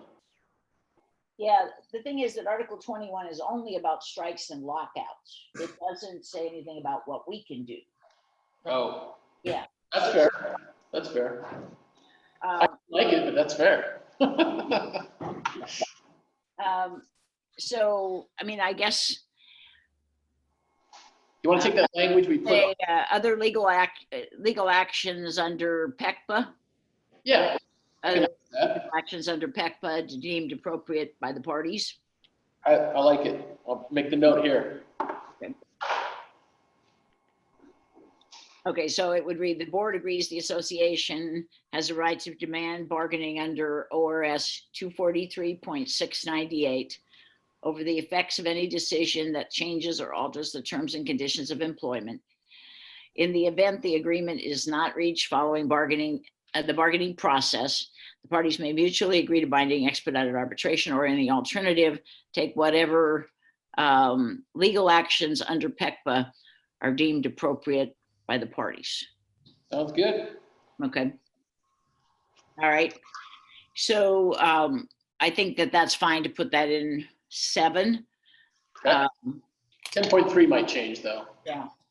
You know, I want to make sure that we haven't already addressed that in some other article, because we haven't talked about a couple of things. Yeah. We haven't talked about let's see here, funding. That's just a lack of funds. No. I think it would be under.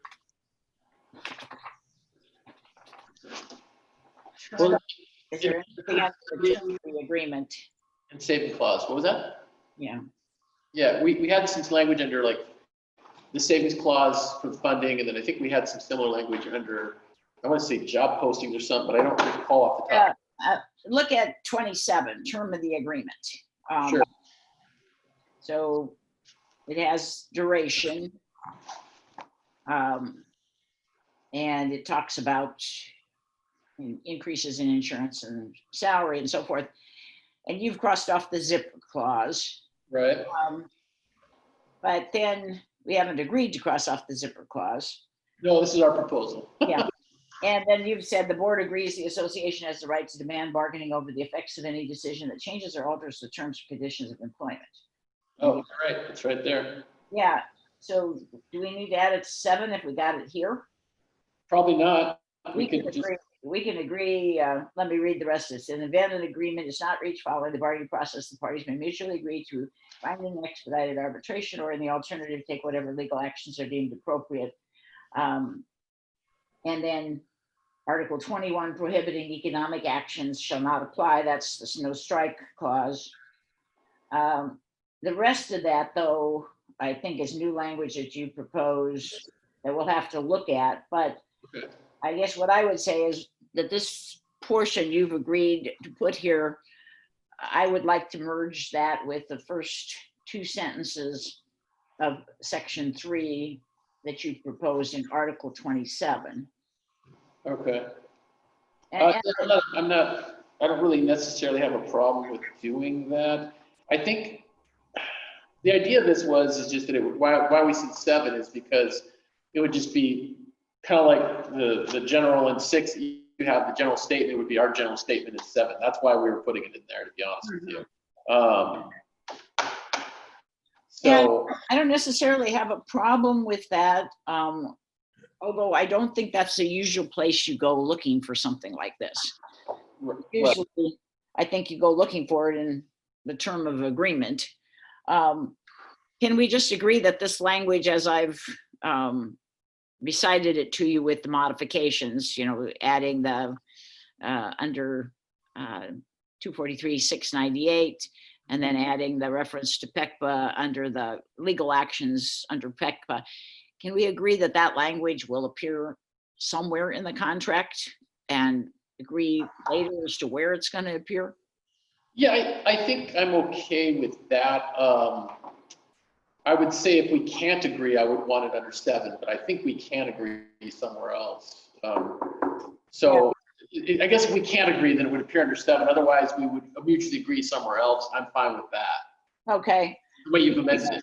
Yeah, I mean, you're proposing it then in 2 places, essentially, in 7 now, and then you've got the same language in the first 2 sentences of your proposal for section 3. And I guess, can we have an agreement that we don't have to have it in the contract twice? Yes, we have that agreement. All right. And we'll talk later about where it goes. So, Okay, all right. we need to read that again. Did everybody get that down? What I added to your green stuff there? Yeah, let me get back to that section now. All right. I believe we did, but let's make sure for posterity's sake. The board agrees the association has the right to demand bargaining under ORS 243.98. So after bargaining, Kevin, do you want to go in there and just update that and we'll just resave it as their proposal so we get it captured somewhere? Yeah, I like that idea. Yeah, I can do that. So, yeah, Nancy, you want to start again? The board Okay. agrees that the the association. association has the right to demand bargaining under ORS 243.698. Okay, and then over the effects of any decision that changes or alters the terms, conditions of employment. In the event an agreement is not reached following a bargaining process, parties may mutually agree to binding expedited arbitration, or in the alternative, take whatever legal actions under PECPA. So that's under capitals PECBA, deemed appropriate by the parties. Maybe we should say by each party, because That's I don't true. want it to be like we have to agree that you can go out and strike. And you don't want that either. Okay. All And right. if we change association to union, then I think we're good. Now what's that? Association to union in the first sentence. Oh, yeah, good. Okay, so our agreement here is that this language will appear somewhere else in the contract, whether it'll be Article 7 or 27. Okay, sounds good. Okay. And then otherwise, Article 6 is current contract language. Correct. Okay. I think that's a TA. All right. Do we want to put up our 11 counter? Well, we are done counting. We won't have 4 for you today, so feel free. All right. We'll do 11 and then we might decide where we want to go next, or whether we want to try to tackle 7 or maybe get a couple more potential TAs done. Okay. Sounds like a plan.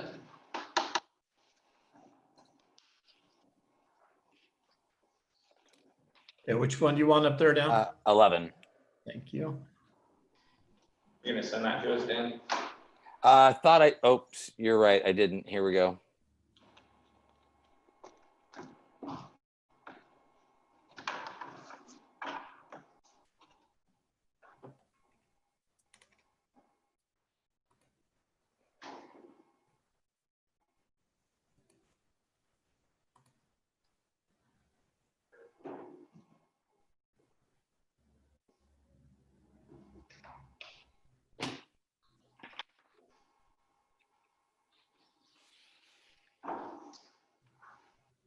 Okay, so the beginning 2 paragraphs, I think those have both been agreed to.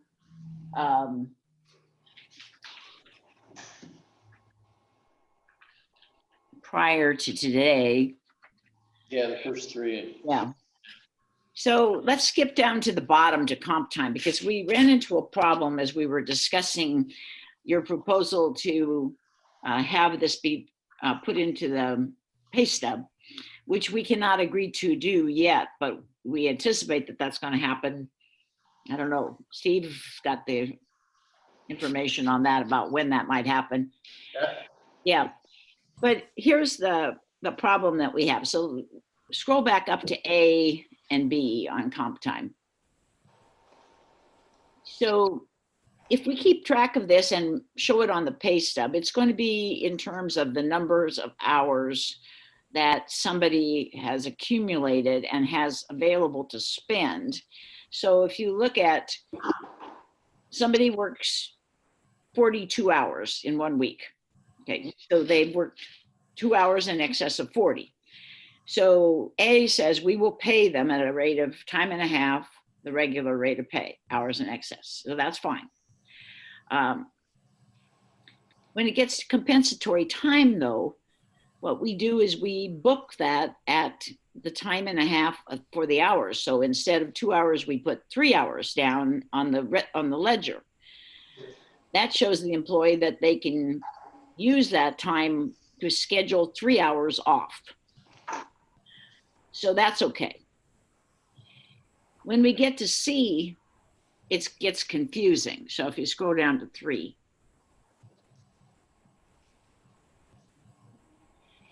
Okay, so 4C actually, Kevin.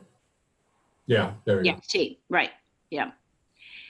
So by mutual agreement, compensatory time may be accrued up to 40 hours. So we've said that it may be accrued that much instead of paying it. Well, no, I think we need to go back up to B again. I want to explain one other thing. Okay, you had crossed off the words "or unless budgeted funds are not available." Now, that is a part of the Oregon law. It's allowed for public employers, specifically because there might be situations where budgeted funds aren't available, and then we owe employees this 1.5 hours of comp time for every hour over 40 that they worked. So when we get down to C, then by mutual agreement, compensatory time may be accrued up to 40 hours. Well, I read that to mean that it may be accrued up to a book value of 40. That is probably, let's see, if you worked 25 hours or something like that, you would end up with 27 hours, you'd end up with 40 hours. I guess we have to divide 40 by 1.5 and see what we come out with. Anybody got a calculator there? Yeah, I understand what you're saying. I mean, Yeah, right. So you can accumulate it on the books up to 40, which really means that you worked sort of like 27 hours more than a 40-hour week or over several weeks. Right. Then it says such time may be used for time off that's not covered by other paid leaves. That's fine. The request for use of compensatory time must be made 48 hours in advance. That's fine. And then at the end of each school year, employees shall be reimbursed for the accrued and unused compensatory time. But we can't have them be reimbursed at 1.5 times their normal rate of pay if we've been keeping the book value at 1.5 already. See what I mean? yeah, you're talking about total hours. So, yeah, if you work 40 hours or overtime, you really have 60 in the bank per se. Yeah. Cash them out at 60. I understand what you're saying. It would be the same number. Yeah, so we crossed off at 1.5 because you've already accumulated it at 1.5. So if you're going to be paid it off, we can't give you a 1.5 on the hours and 1.5 on the rate of pay. Right. Okay, so that's why we crossed off at 1.5 times their normal rate of pay. So you would already have the hours booked at 1.5 of the number of hours you worked over 40. Right. And you'd be paid off those at your normal rate of pay. Right, because if you at 1.5 straight time hours, if they were 40 overtime hours, 1.5 straight time hours would make that 60 straight time hours. Yeah, right. So that. Yeah, I understand what you're saying. Yeah. Okay, so that's why we crossed off at 1.5 times their normal rate of pay. And then upon termination of employee, an employee shall be paid for unused compensatory time. And you had already crossed off the rest of this. Right. Yeah. Okay, so that's an explanation of what we did there. And we got there by talking about how it was going to show up on the pay stub. And I think it's going to show up on the pay stub in terms of hours that you have available to use as comp time. Would be my understanding, yeah. Yeah, okay. Yeah, and Joe, I was just going to add, I think in talking with Kim about this, we wouldn't, it'll be easier for us to be able to add that to the pay stub once we get through implementing the new electronic time cards, which we're embarking on that project this summer. So we don't know exactly when we'll be ready to have that fully implemented. We'll be hoping to have some pilot groups by the start of the school year would be the hope, including the maintenance department, food service, and a couple of schools, and then kind of go from there. And once we get that done, that'll be a much easier thing to add to our pay stub. So wouldn't be able to commit to an exact time or anything, but that's kind of the goal. Okay, well, I think we could work with you on that piece. We understand it is a change and you're gonna need time to get up to speed with anything that's added to it. Time Sure. cards will be new, so. Yeah. I think we can Well, work. and definitely from an HR function, we want to know, be able to track that, just like an employee wants to know, how many hours do I have to use? We want to be able to track and monitor that so supervisors are, getting people their time off. We did, just to point out, we're not, we did reject your request to have, to give people the choice of cash out or roll over. I know that we did agree to a MOU recently due to the work share issue, but that's not something ongoingly we want to continue to do. We want to get those off the books by June. So let's look at C again, because that last sentence I think has value for everybody. And it's crossed off. The supervisor must keep a written record of compensatory time earned and used, and entries in that record must be signed by both the supervisor and employee. So do you know why you crossed that off? We crossed it off because it was gonna be on their pay stub. So I don't think there's any harm in keeping that sentence, if that's what you're. Okay, all right. Yeah. I think it's important to keep it. It makes sure that everybody is on the same page in terms of how much, there is there, so. Yeah, I think that's fair. That's reasonable. So So- now, Is the current, stop me if I'm wrong, Vance, but current, the way the language is, they use it or they get cashed out every June, right? yeah, I think so. Yeah, every June 30th, July 1st, whatever, right? So if you're rejecting the cash out piece, then they would only be able to use it, correct? Yeah, if you go back to A, I think it says that. So Just making sure I understand. Yeah. Okay, will be paid. And then with mutual agreement, or unless budgeted funds are not available, then there will be accumulation of comp time. okay.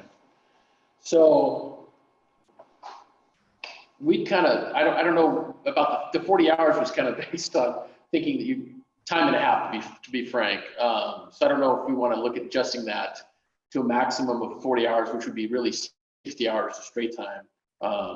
But I'll just tell you, we thought of that as 40 hours of comp time. I So You thought that the boundary line was 40 hours time and a half. of time that I worked over 40 hours per week. Right.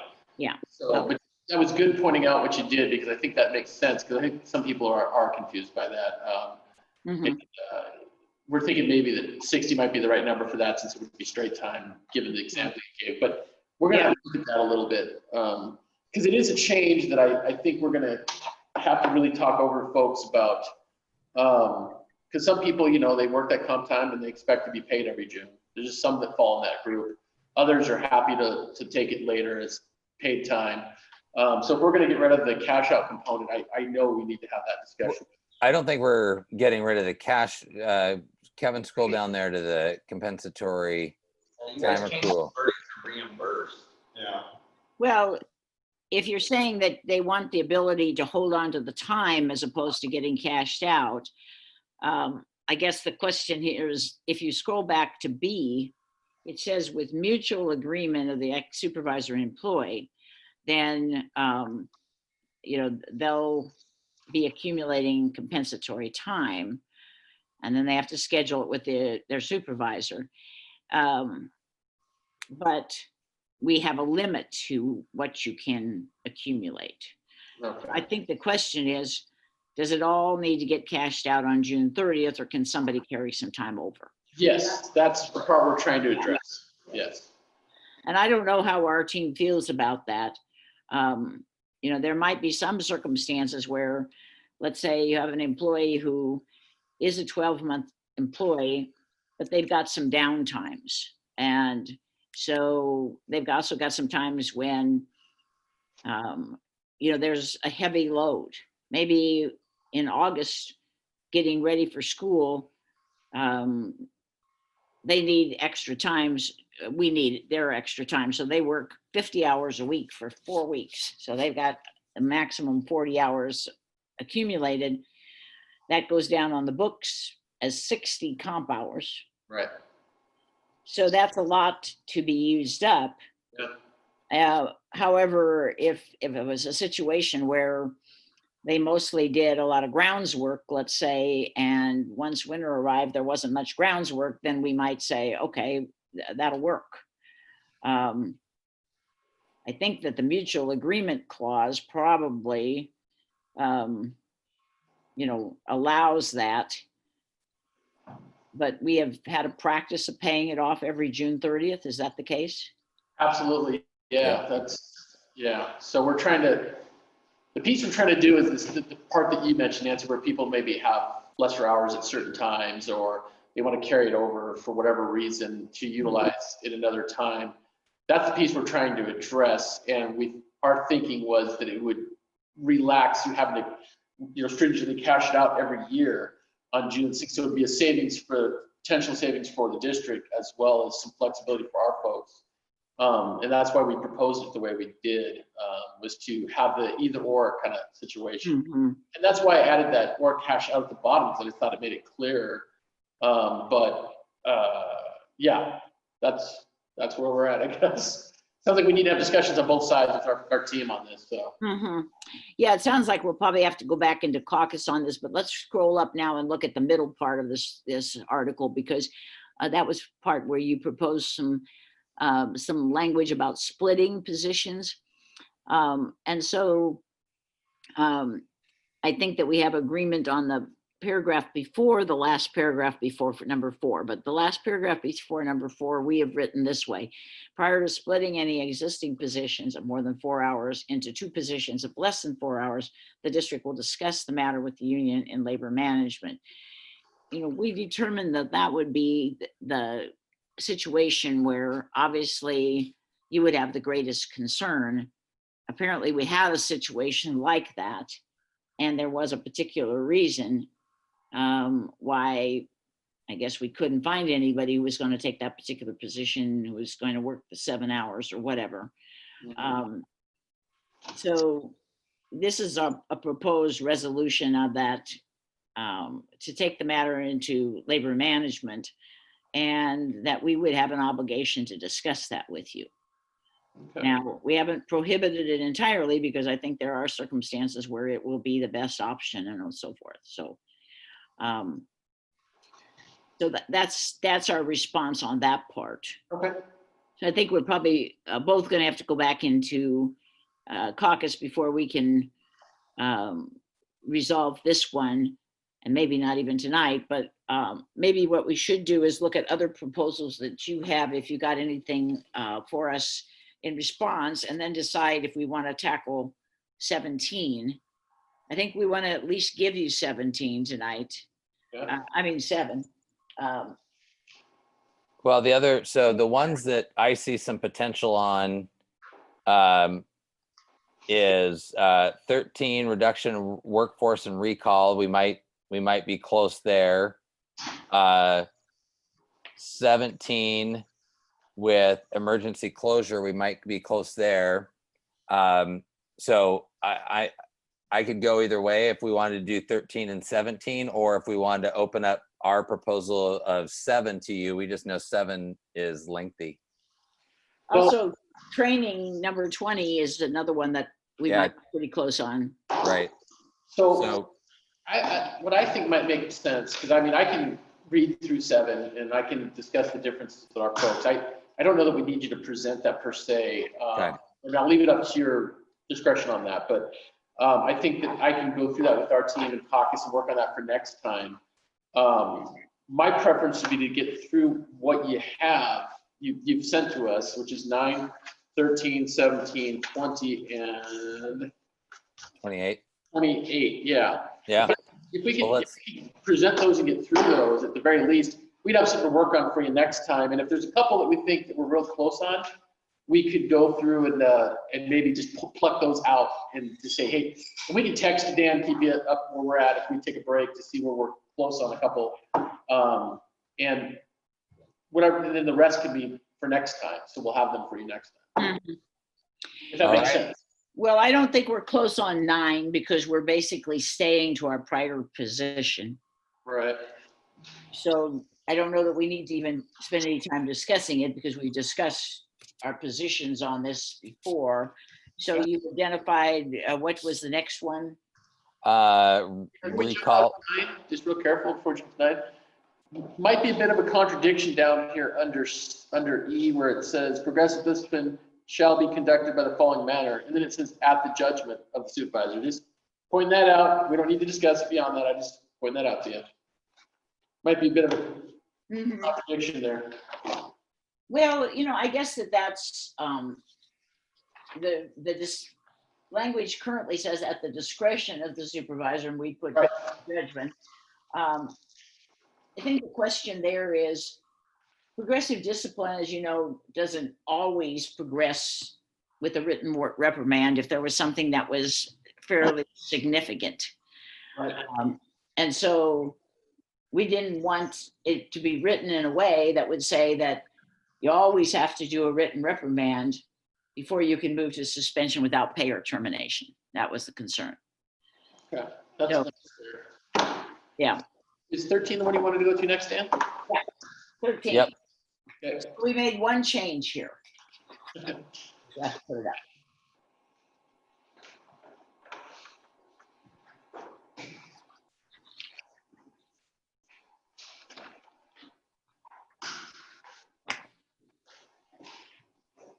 And the changes in this, I think a lot of this we have agreed to already. I think the first red stuff we've agreed to, and then also 2A, I think we've agreed to that. Reviewed it with the union. That was your language, I think. And then here's where we made the change in D, 3D.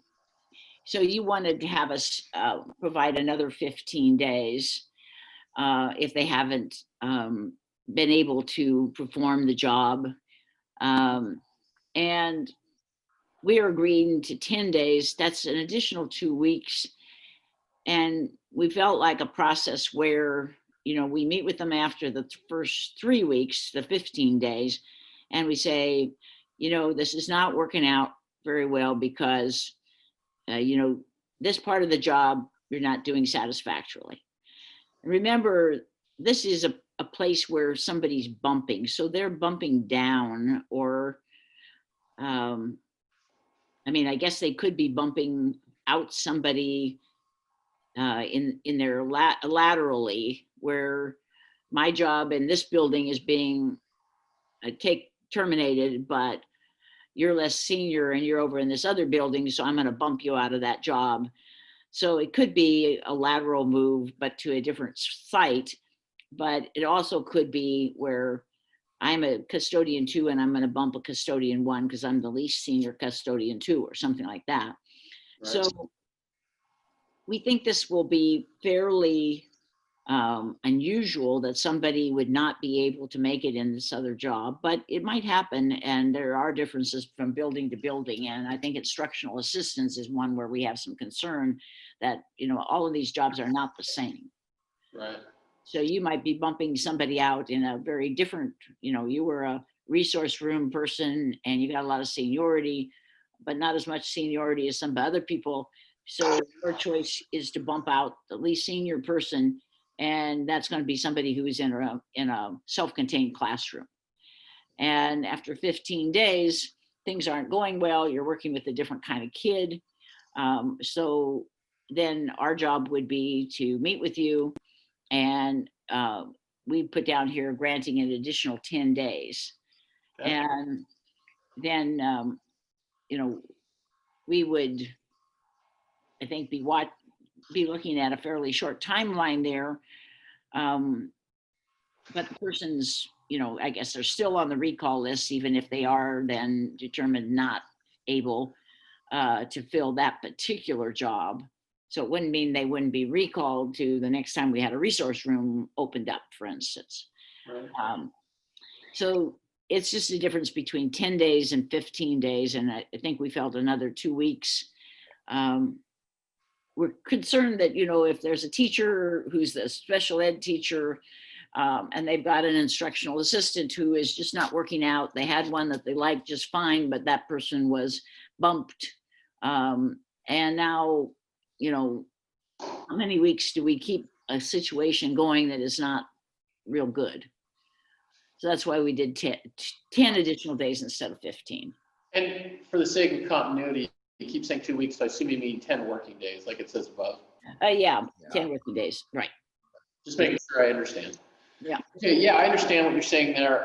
We might be able to figure out something on this today, so we will take it to caucus and hopefully be back to you soon on that one. When we get to caucus. So then the next one is 17, emergency school closure.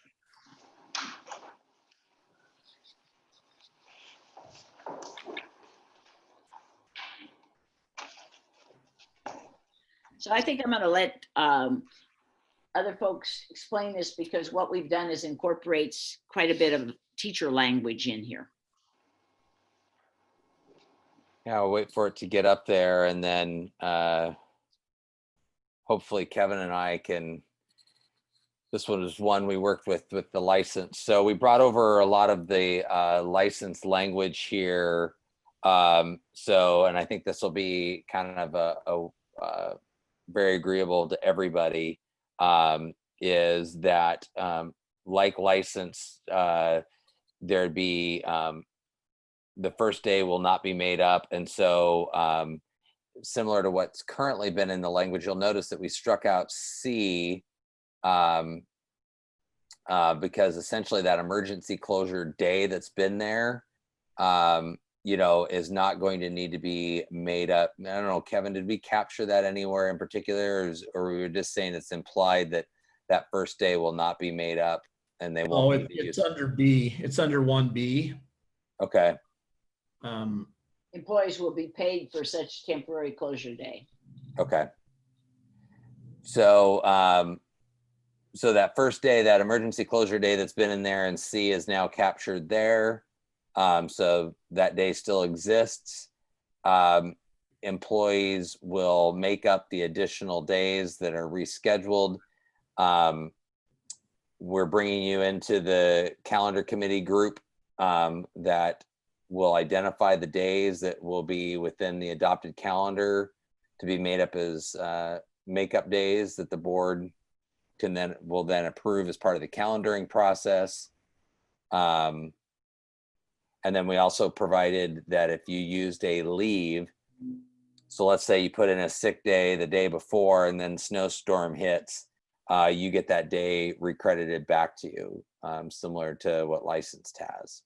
So those are changes that we brought in. Kevin, anything I missed there? You might have said it. I don't know if I heard the minimum of 2 days within the adopted calendar. Just, you know, that's a minimum. I think we have identified for next year up to like 4 or 5 makeup days that aren't extending into June, you know, further into June. So that's just a minimum of 2, but possibly more. Yeah. So those are days that would be normally scheduled when classified would not work. Yeah, like conference days, PD days, things like those. Days like that would be converted to student contact. Right. But under the teacher agreement and also here, we have the ability to extend the day, extend the year, except here we have an agreement that 2 of those days, the first day isn't made up. Then 2 days have to be taking non-kid days and making them kid days, as I understand it. And then we could add on additional days onto the end of the year. Is that right? Correct. Okay. Okay. Thank you, that was helpful. All right. And then we also added the under the designated employees is since we've had that issue of others working a day where you know that first day where people are getting a freebie, if you will, a non-made up day, they will receive 1 comp day. Is that 8 hours or is that 12 hours, Dan? That'd be 8 hours, I believe. Teasing you. 8 hours that they can use. 8 hours that they can use, yes. Um, Trying to make it equivalent so that it's the same as what the other folks get. Right. And then the long term here, The long-term stuff we just left, that's the same proposal that we had given you before, that we would bargain those. okay. No interest in the Lake Oswego stuff, huh? I don't know if Lake Oswego, what they're doing, because I have not been involved. No. Fair enough. It's just a lot of people when Corona hit, like, used a lot of their language for their MOUs to be able to, because they have that 2-week period where when something, long-term or, like that hits, they got 2 weeks. to sit down. Yeah, but they resolved, they had an MOU before anybody else did that covered those 2 weeks. I think that other controversy was about, well, what about the time after that? And that they were, the last I heard, they were still bargaining it, but I have not heard from them on that for several weeks. So they could have settled something. I don't know. Yeah, the language was, what I'm referring to is they have that 10 days, that 2 weeks where Yeah. they sit down and figure it out. So the first 2 weeks was covered, and then they were trying to figure out, like you said, what happens after those 2 weeks? How do they bargain the rest of that, right? That's, Yeah. so yeah, that, I was talking about the first 10 days, the 2 weeks language, because it seemed to put in place something that we don't know how much we really have to use it, but we know, everybody knows for the first 2 weeks they're getting paid, and we'll sit down and have that bargaining and hopefully knock something out in 2 weeks and be done with it for what happens beyond that time. Well, I would remind you that that isn't quite the way it was, because there was 1 week before spring break, and then spring break happened. And I don't know anybody was paying people for spring break who hadn't planned to work spring break. There were people who had planned to work who were 260-day employees. So they got paid. Right. There were people who planned to take vacation time and use vacation pay. So they got paid. And then there were the people who hadn't planned to work at all, but who were called in, and they were largely nutrition people. Except in Lake Oswego, where they bought their box lunches from a local provider instead, I guess, because they didn't have very many people who were on free and reduced lunches. So I think that was the only complication there, is that was a spring break week when essentially it was no different. Kids were supposed to be off and kids were off. So I think that, we sort of probably look at this as we're making a provision for like 5 days of snow day. Beyond that, we'll probably have to bargain it. Now, if it's 5 days of snow day in December and then 5 days of snow day in February, I think we're still under this language on these short-term closures. So I don't know what your thought is about, how long this language goes. I suppose it's possible that if we were to lose 10 school days, that the board would want to make up 9 of them in some fashion. Yeah, I don't think we're saying you couldn't make up the time. Or Yeah. that short run people would be covered, and if we had to make it up at the end of the year, so be it, or using instructional days, like you said, and non-kid days or whatever. I don't think that's the issue. It's more of just having the security for this first 2 weeks that people would be paid. I think I should really check into Lake Oswego. I know the person that's doing this rep out there, but I thought that they actually had some issue happen before everybody else. Like, I thought they had their first case and did some shutdown a week even earlier than everybody else. But they did. Yeah, they had a custodian, and that was like that was like March 10th or March 3rd. I think it was right at the beginning of March. It was the first case in Oregon. Yeah. Yeah. At the start of March, I think they actually ended up taking their 2 weeks right before spring break, if I remember right. But I can check into that. That's not that big. Yeah, I know they didn't call off school for those first 2 weeks in March. They called off school when the governor ordered it called off. Because under that scenario, if we had 10-day language, the only people that would be paid would be the people that would normally work. So 1 week it would be everybody, and the other week it would just be your people, right? We're making sure that people don't lose days, right? While we're sit down and bargaining, figuring it out. that's the concern. And usually that stuff, your budget's approved the year prior, typically, before you start school. So that money's already been allocated. Now, they may have to make up those days at the end, but now we're not having people burn through personal days and things like that. And now they can't take a day off if they want to do something with their family or whatever. That's the bigger concern, I think, is all of that wrapped together. So, but I understand where you're coming from with this. So. Yeah, I think that our long-term emergency closure is sort of built around where we have to close for student attendance. It's mandated by law. Right. And so then, I mean, it's really, of course, looking forward to what if COVID, flares in the fall and we have another period of time where we can't have students present. Right.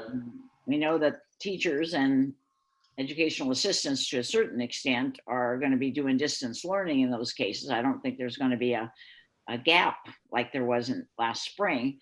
Right. But then, what else is going to be going on? Lunches? Well, yeah, probably. Right.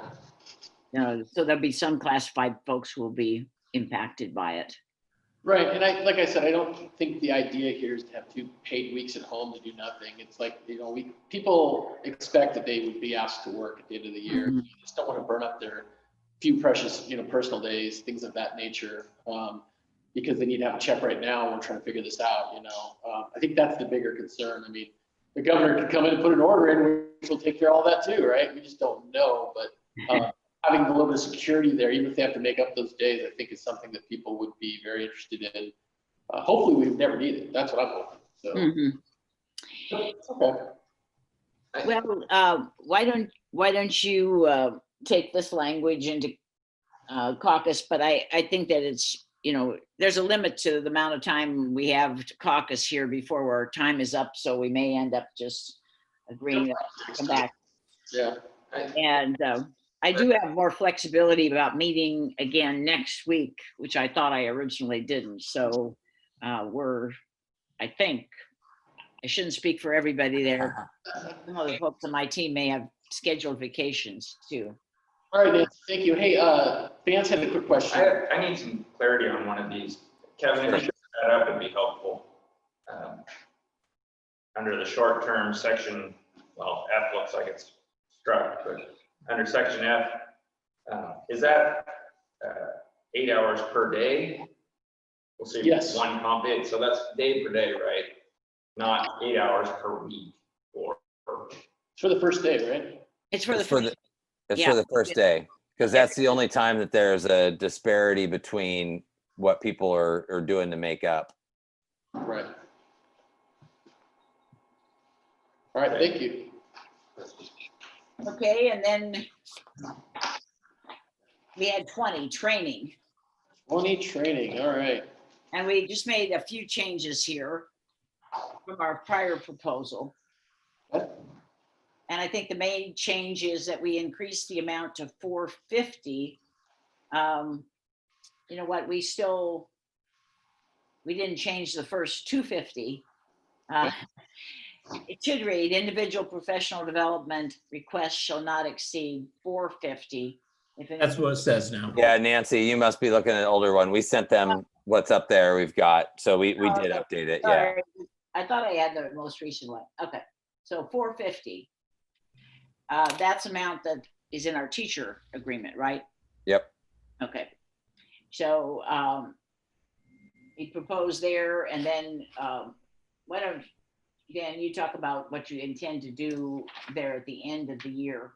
Yeah, so you in your proposal, like Nancy said, your proposal was 500, was from 250 to $500. We just matched license there at 450. Okay. And you had kind of wanted that unused funds to go into, would be accruing. And so we pulled language from the license contract that has what happens to those funds, because those funds don't accrue. They go into next year's pool. So, but it doesn't build. So, so we put the 12.5 in there. And then, if half of it gets used, that means there's, $6,250 in there that starts next year. So we would add another 250. Okay.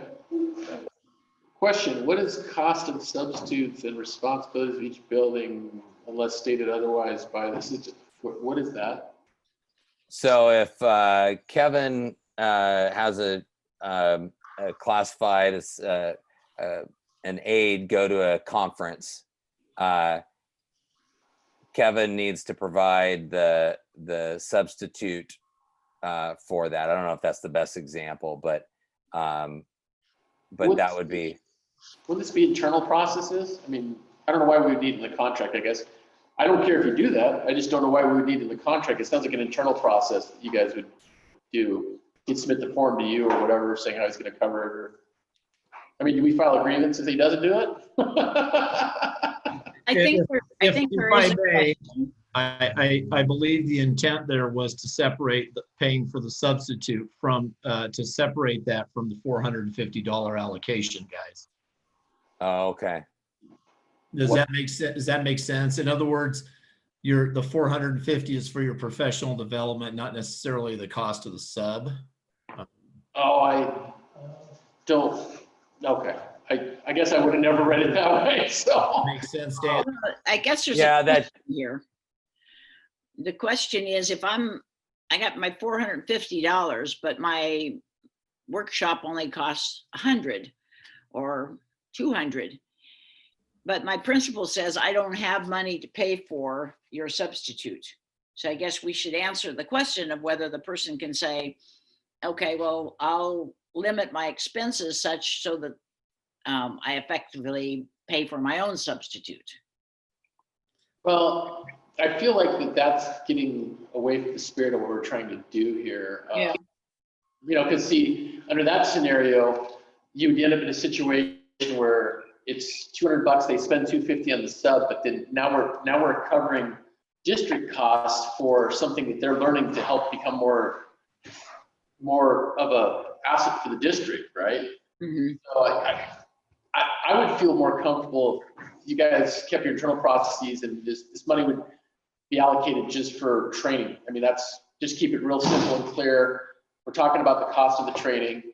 The other pieces of that, you know, how you cover that person would be your normal processes. We don't need to be the person paying for that or being involved with it, quite frankly. It's really your internal processes for that, how you would handle that.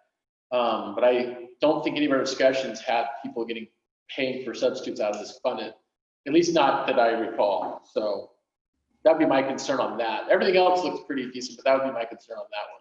Yeah, I think Kevin's point though is that, you know, for this was a kind of an added protection for license, so that license could know that their PD funds weren't going to be sucked dry by a sub cost, so that the PD funds could go to the PD and not be hampered with by a sub cost. Well, what'd you guys do to those guys? They don't trust you on anything, huh? Well, I think 6 actually talks about that too, right? So that we know what things are being spent on when they get that little report. Mhm. Sure. I mean, we can all agree here, the intent is not to do that. I just don't think we need it in the contract. And then if there's any issue down the road, we have the report, we can look at it and say, oh, wait, that's not right, you know? So that's related to another question I have, and that is, and this is about the 450. So it says individual professional development requests shall not exceed 450. I read that as a request may not exceed 450. But I think we need to clear up what I think will be an obvious question by some employee. Well, can I go to 2 things, 2 days worth, if one of them costs 200 and the other one costs 200? The answer to that is yes, based on the license contract. Yeah, I mean, it looks like the 450 is, as I understood it from our discussions here, and I think talking to you guys, is that the 450 is the ceiling. After March 31st, let's say they go to one training and it's 500, right? 450 is the ceiling. And then come March 31st, if there's any money left, they can apply to get that extra $50 to cover the difference. But that way they don't take up all the fund, you know, by going to 3 different trainings that are $500 each or whatever, or $450 each, you know, that's my understanding. Is that not what you guys understood? I don't know. I mean, it's a matter of time away from the job. So that's one question. And we're giving employees a fairly free hand here in terms of, yes, that does have to be approved. But you know, then there's a question about, well, what does that do for the budget of the building?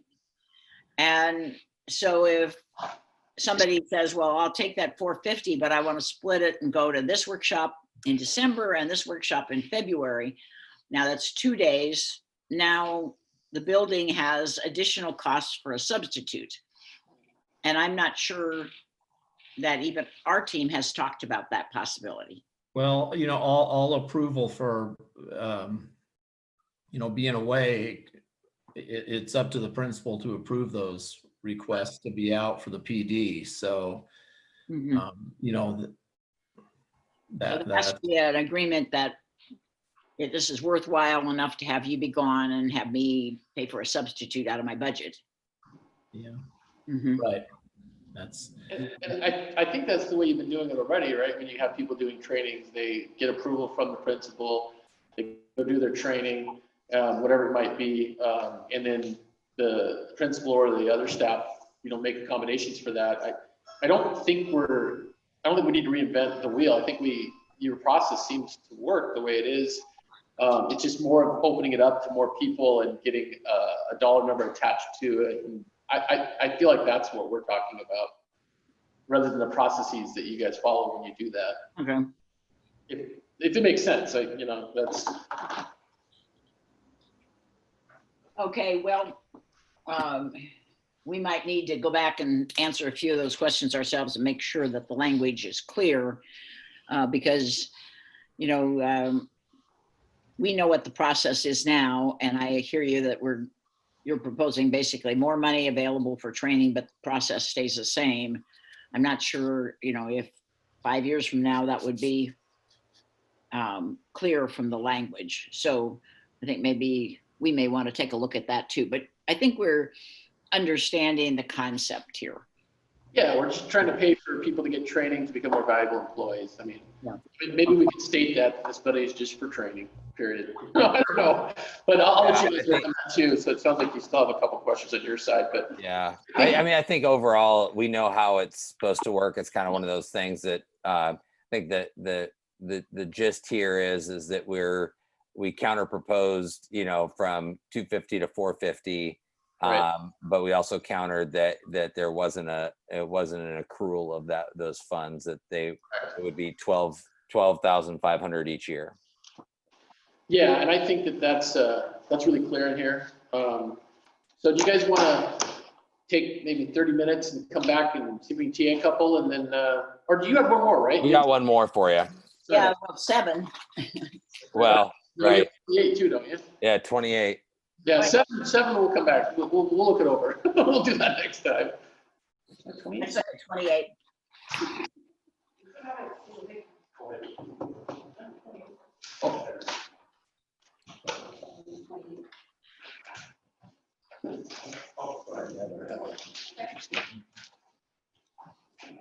All right. So on 28, what we did was work off of your proposal, but I'm not sure that I've crossed off everything that we didn't include.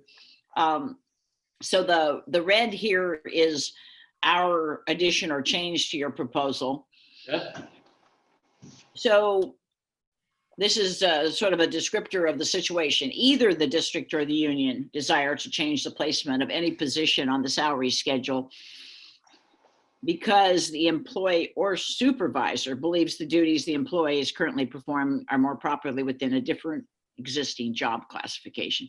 Because we know from experience with other districts that sometimes this is actually a supervisor who's coming forward and saying, you know, I really need two people who have this skill set. So instead of a, you know, custodian 1 and a custodian 2, I need 2 custodian 2s or something like that. So it could come from either side. All right. Then we first of all would suggest the proposed change be brought to the Labor Management Committee. And then a labor management meeting. But then, and I don't know if it's clear here, but if labor management says this is a bigger problem because it involves people in other buildings as well, you might want to have a committee as you proposed, maybe mutually agreed upon to study the issue if necessary. So I think if it was a simple matter, you know, maybe a singleton position or, you know, not a place, something that was in several buildings, I think it might be, you know, this is really an individual situation where the individual is working above the demands in the job description. So, but there's the option for a committee, but we didn't think every one of these needed a committee. The labor management might be able to just look at it and say, done, or see down in number 4. So either the labor management or the committee meeting considers the merits of the reclassification request based upon whether the majority of the employees currently assigned duties, and we put in time because, you know, you could have a particular duty, but it was only performed like once a month or something.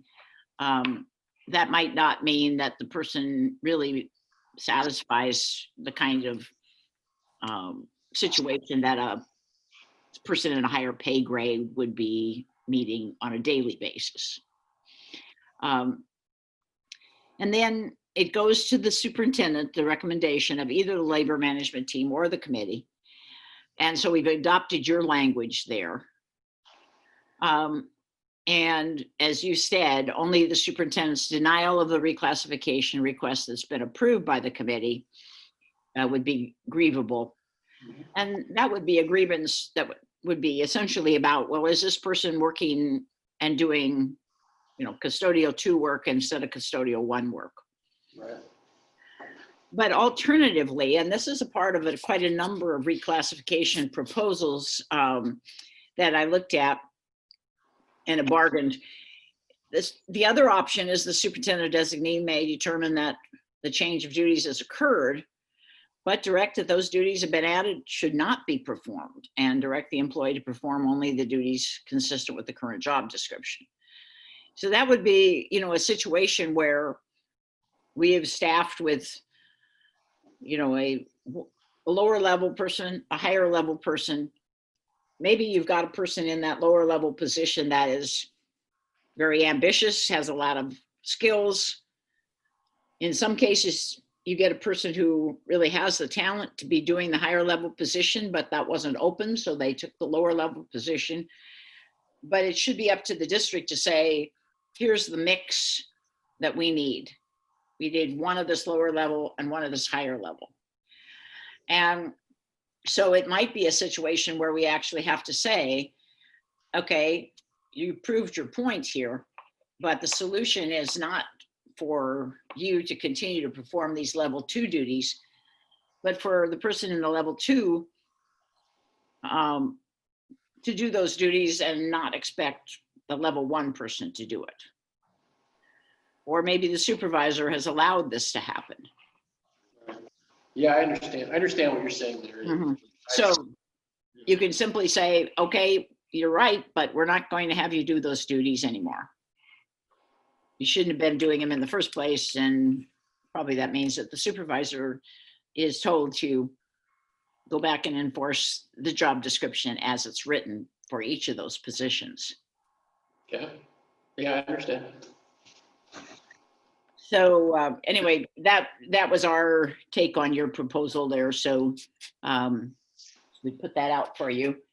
And then, so do you want to take a half an hour to see if any of these things are close to resolution? And I guess from our standpoint, we won't try to cover 7, but I think it's pretty clear cut. You can look at that between now and the next meeting. Right. Do we have any work to be done on our group, though? I don't know if we have any. We have 4 articles we haven't heard back from you on. Well, let's see, 12, we haven't responded to you on 12. So we'll see if we can work on that while you're working. And you want to say until 6:30? Will that give you enough time, or do you need till 6:40? Let's go 6:45 so we can throw a small bathroom break in there too. And we should have everything that we need by then. Okay, All right, thank you. that's fine. So for our team, do we want to resume at, we want 5 minutes or 10 minutes for our team? I don't know, 5 is enough, unless you guys want to go get something to eat. 5 is fine with me. All right, 5, back on the other, and the other link should still work. And Okay, we'll, you know, what happens to me is that disappears. Hmm. I don't understand why, but I can't get back to you, so. well, I'll send that link back to you. Hopefully, I mean, you got back in, but I'll did. go open it up right now. Okay, all right. All right. I'll try. All right, bye. Looks like everybody's here. Everybody back?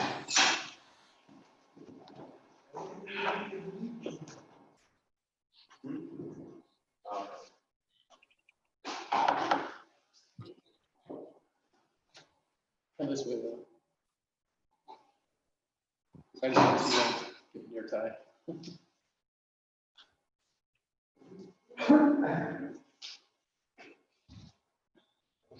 All right.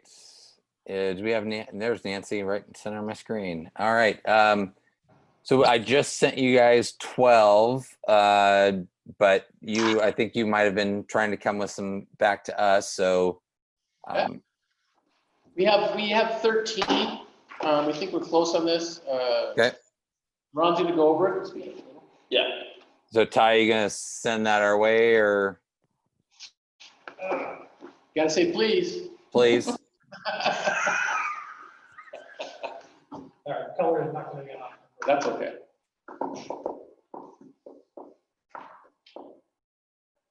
Actually, I'll send it to Dan if you can't send it in color. Well, no, I'm trying to fix our printing problem. Oh, let me send it to you, Dan. Okay.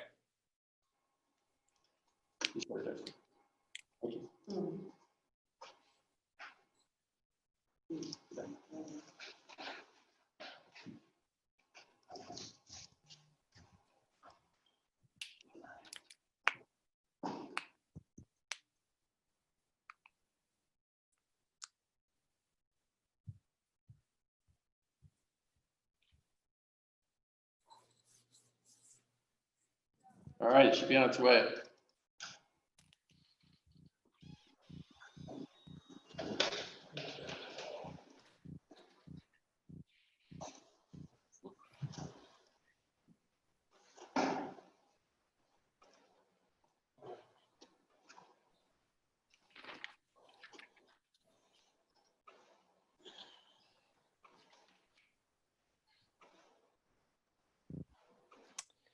There we go.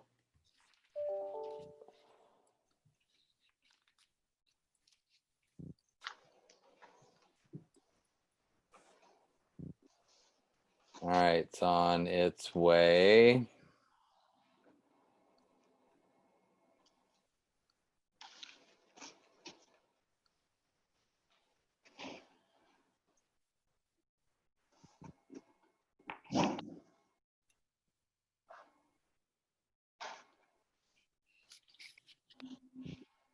If you want to print their 12, are you still working on the color thing? Yeah. Okay. Never mind. I do. You ready? All right, here we go. All right, okay, for 13-1A, we're gonna agree to that. And then for 13-1E, we're gonna return to regular contract language. We're going down to 13-2. We're gonna be keeping the 30 days because our folks need more time to prepare themselves for that. Plus, a lot of times the district knows well at a time about if there's gonna be layoffs or not. There's some reason they have to only do 14 days. Let's go back. Go and scroll down a little bit more.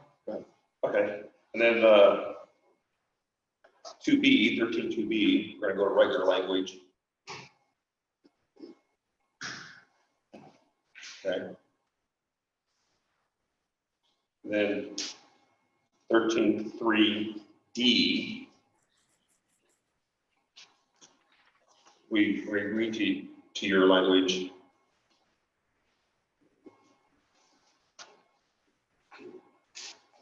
And then 13.4. So you're agreeing to that, but you have changed the 10, but haven't changed the 15 in writing. Yeah, sorry, we were hurrying because everybody was running around. And we also forgot the working part too, for the working days, or work days. Yeah, that's it. Those are working days. Yeah, sorry about that. Yeah, okay. So 10 working days. Okay. Yeah, it should be 10, not 15. Yeah.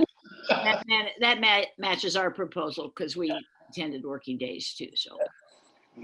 Okay, and then go down to 4. We're gonna go with the current language, but with the understanding that if we change this later on, that'll have to be changed to those employees. That is about, yeah, the regular part-time, less than 20 hours. I understand that. Mhm. Then down to 5, we're gonna go with current language. It all just reverted back to current language from our proposal. Yeah, just some pronoun changes there. Yeah, exactly. Okay. And that's what we got. We also, about the only thing there, then go back up to the top, I think, is the 30 days versus the 14 days, right? Yeah, because we're talking about layoffs here, and you guys usually know well in advance. It just gives our folks a little bit of a time to make a plan. I mean, 2 weeks is pretty rough. 30 days gives them a little bit of time to make a plan and, weather the storm and figure out ways to do that. You know what we have in the teacher contract, if anything, because the state law involving RIF of teachers, and there is no state law involving classified RIF, but the state law involving teachers gives no timeline. And I don't know, anybody have our teacher contract there? Yeah, I can get that. Because normally, we're kind of doing those in tandem. We're looking at our workforce as a whole. Sure. And, determining where do we need to make cuts? They're all going to be painful. Yeah, usually though, even with that, we still know in advance, we know enough time in advance. It's usually not, usually don't find out at the beginning of a 14-day period. You know what I'm saying? We're just trying to give people adequate time to put a little money away, to make some plans, to get some things figured out. So Nancy, we have a notification to the association that the board will notify the association. The association will have 7 days to request a meeting with the board, and the board will finalize its decision regarding a layoff possibility. But in terms of notice to the employee, do we have any dates? I mean, any timeline? No. Okay. Well, you can use 30 days. Normally we would. I'm just thinking about, situations where like mid-year reductions in basic school support. And, those are exceptional situations, I agree, but They might fall even under our emergency stuff if it's something, we get that figured out, right? well, I don't know whether it would be, emergency. Obviously, there's a little time involved in just making a determination, how are we going to adjust to this kind of reduction? And then probably if we decide, okay, well, we just got to cut staff, then there's some additional time, like, okay, which staff will be cut, which is oftentimes a very difficult decision. So then there's this time, then we have to give them notice. So I guess that's one of the things we're going to have to consider here. Hey, one thing to catch in the color, kind of before you adopted this, your current color is on 2A.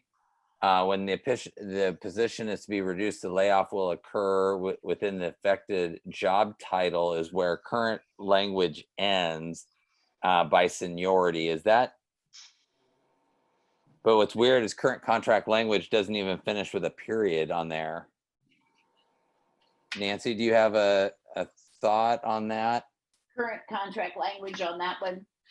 On 2A, says the district reserves the right to determine positions reduced in force. When a position is to be reduced, the layoff will occur within the affected job title.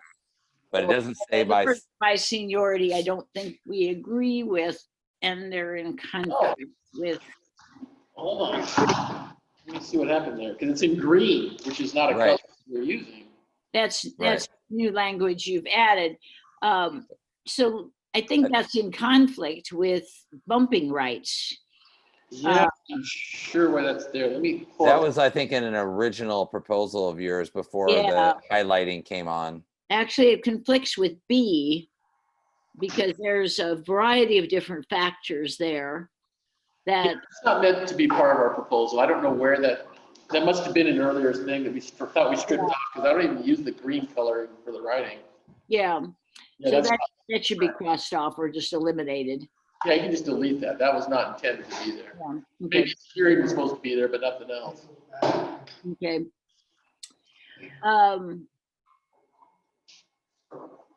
So I guess the question for my team is, do you want to have some further conversation about this? Yeah, I would like to have a further conversation about Okay. the Yeah. 14 to 30. Okay. And it might be something we could get back to you between meetings, even if it's like one or the other. Yeah. Yeah, and I don't, maybe it would be helpful to look back and see what you've done with the teachers in the past, just for like a metric to kind of measure this against. If it usually takes about 30 days or 45 days, then we're right in that ballpark. Yeah, I'm not sure when the last time is that the district laid off people. Yeah, fair enough. Probably 10 years ago. Yeah, Unless it was agreed that we decided, right? the recession. Yeah. Yeah. Right, yeah. Okay, so I think we know what your proposal is, and like I say, we could possibly just get back with you on that notice period. Yeah. Anything else to be discussed here? And I think we've gone through everything except 7, and have we sent 7 over? Association. We did send 7 over before at the beginning of the session. Right. I did send them our new 12. Oh, yeah. Do we want to go over that one? Yeah, real quick, because there's just a couple of things different. Yeah.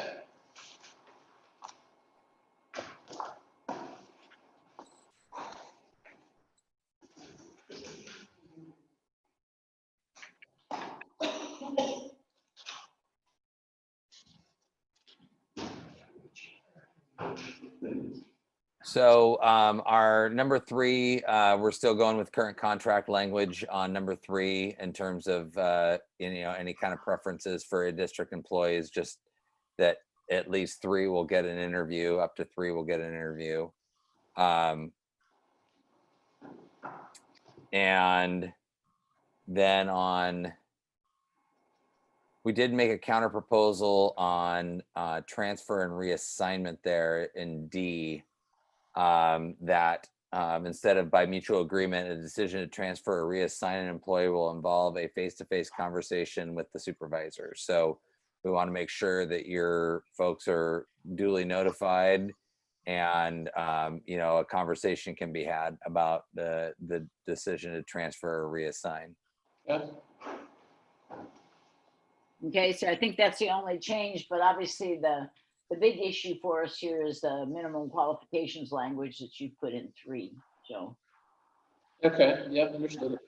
And so 8's okay the way it is then? So we did make a, so, hey, Kevin, you kind of made a couple of the changes to that one. Do you mind covering what we did there on that?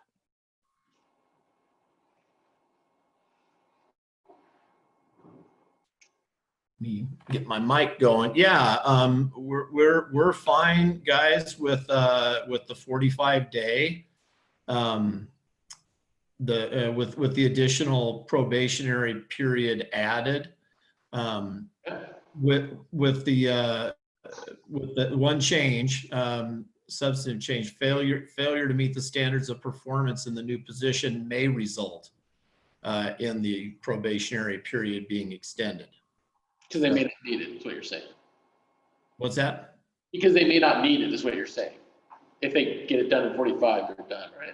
Right. Okay, I understand.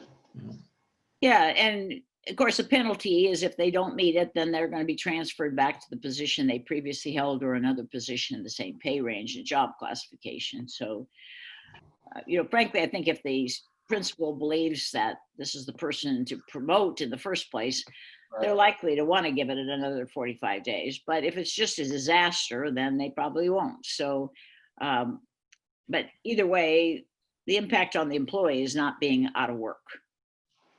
All right. Okay, well, thank you, I understand that. Okay.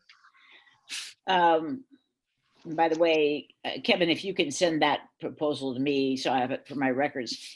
Shall we talk about next time we meet? Because I feel like we made a lot of progress tonight and are moving fairly fast. We haven't given you a lot of economic type proposals, and that's the most of what's remaining. And I know that we're looking ahead to the legislative session, but I'm wondering, we have a number of other articles here. We've got to get back probably and talk about 7. Maybe we have a resolution on 13. We'll get back to you on that.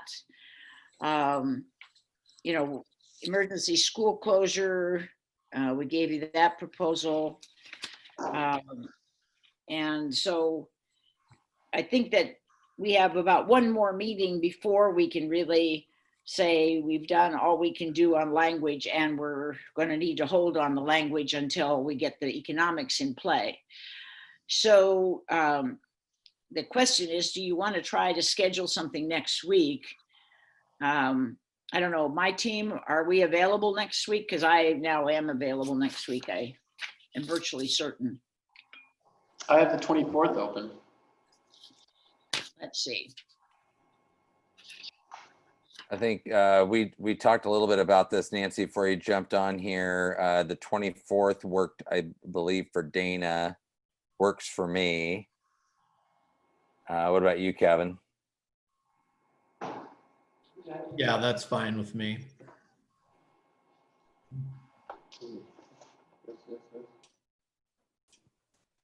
Yeah. Looks like it worked for all of us. Okay. Maybe we should ask the most important guy in the room. Drew, does it work for you? We'll make it work. Yep, hi. So do you want to do 2 to 7 again? Yeah, I think that's fine. Yeah. So let's put an agenda together here. Okay. Well, we have to get back to you on the rest of the ones you presented to us today. Right, yeah. So we gave you a proposal on insurance. I don't know if you can feel like you can get that without knowing the rest of the economics. We're kind of at a stalemate on discipline. We'll take another look at that. As will we. Work hours and work week. Number 11. So I guess whose ballpark is that? Yeah, we have to get back to you on 28. Yeah, that's right. Yeah, okay, so that's going to be union. Job openings, we've just given you our proposal, so that's going to be the union. 13, we need to get back to you about that 14 versus 30 days, so district. Right. And then we don't have any proposals, so on emergency school closure, I think you need to get back to us on that, right? Correct. Okay. And same thing with the 20 training. and 28, reclassification procedure. Okay, And 9, we missed 9. You gave us a proposal on 9. oh yeah, right, at 9, okay. Well, we gave you a proposal on 9, but it was our, current proposal. It was our prior proposal. Oh, was it? Okay. Yeah, I mean, obviously, we'd like to have you look at it, but you've seen it once before. You're right. Yeah. We can both take that on and go back and look at it. We'll both put that on our list to just take one more look at that. Okay, anything else here? Oh, you know what? You gave us a proposal on contracting out last time, and Yes. we didn't get around to working on that, so I'll put that as being District 26. And then, Dan, Reclassification, you need to get back to us on our proposal. you said you weren't sure what's going on with the union position A? So the union position A, Nancy, is all of their, was part of that very first proposal that had the housekeeping provisions in that. So I honestly have not looked at that since that first go around. Is that something we can spend some time trying to finalize? Well, I'd like to have you look at your proposal for Articles 30, 31, 32, 33. We got a response on the tracking sheet. Basically, we're just saying the MOU on confidential, don't include it in the CBA, just continue it, because we don't believe it's going to be a long-term need. We were up through with that. Student Success Coordinator, put it on range M. We already agreed to that. You agree to that? Okay. Yeah. I'll mark that as a TA. Then the district proposal on MOU language, we put that into association rights, so you'll respond on that as part of your response to our Article 7. Yeah, you don't have to worry about 32, you just look at, and then 33, that's in the leaves article, and we're kind of on hold on that one because that includes personal leave, so. Okay, so what else was in this initial proposal that, was it housekeeping? Yeah, it's actually the idea that we talked about, and I believe you brought up the idea of just having like a 2-person team when we're all done, going through and making sure that everything says article instead of just a number and section or whatever, and then it would also like go through the table of contents and put like under leaves, it would put like leaves, and it would put like military, personal, just making it more readable, quite frankly, and easier to find things. Nothing that would alter the contract per se, the meaning of anything. It would just put it all in kind of a more readable form. Right now, it's pretty bare bones if you look at the contents in this thing and stuff. And so, Yeah, I've seen some other OSEA contracts where you've done that. So, I don't know. Hobie, could you send that to me again? Sure. And I'll send it out to our team because I'm not finding it in my organizational system. Oh, okay. Yeah, I can absolutely. I mean, it hasn't changed anything. I can absolutely send it. I've got it. Okay. This is, Hobie, I mean, this is the one titled Union Housekeeping Proposal 5 through 18. That's not 518. That sounds right. It's just the table of contents with a little paragraph at the bottom. That's it. Oh yeah. There's 2 of them that were. So I think this is the table of. There we go. Yeah. Got it. Yeah. It just says what we were talking about in the rules making committee. Why don't I put? You guys want me to put that up on the? That'd be helpful. Yeah.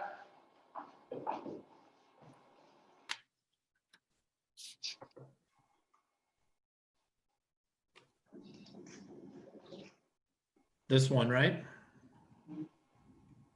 That's it. So, but your proposal is that we meet after a new contract's been reached, but you want to do that now? Well, I just want us to agree that so we can get our folks figured out who wants to do it over here. It's after it's ratified and everything. It's just, as you can see, if you just look at it, it says Article 18, sick leave. Well, Mhm. if we put stuff under leaves, we want to break it out by the different leaves and just make it a little more user friendly when people are looking for things. Because a lot of stuff's put into other articles where it might make sense or may not make sense to put them in there, but they're in there and there's no way to find them without flipping through the whole contract. Do you have a template from another contract? that Lincoln you would- County actually is the one I was looking at. Okay, Because well, I can send it to you. I'd be happy for you to go ahead and give a stab at this if you want to work, to put things in the categories that you think Okay. make sense and then send it to us, because that way we'd have something to start from. Okay, yeah, that's fine with me. Okay. Sounds good. All right. So Cool.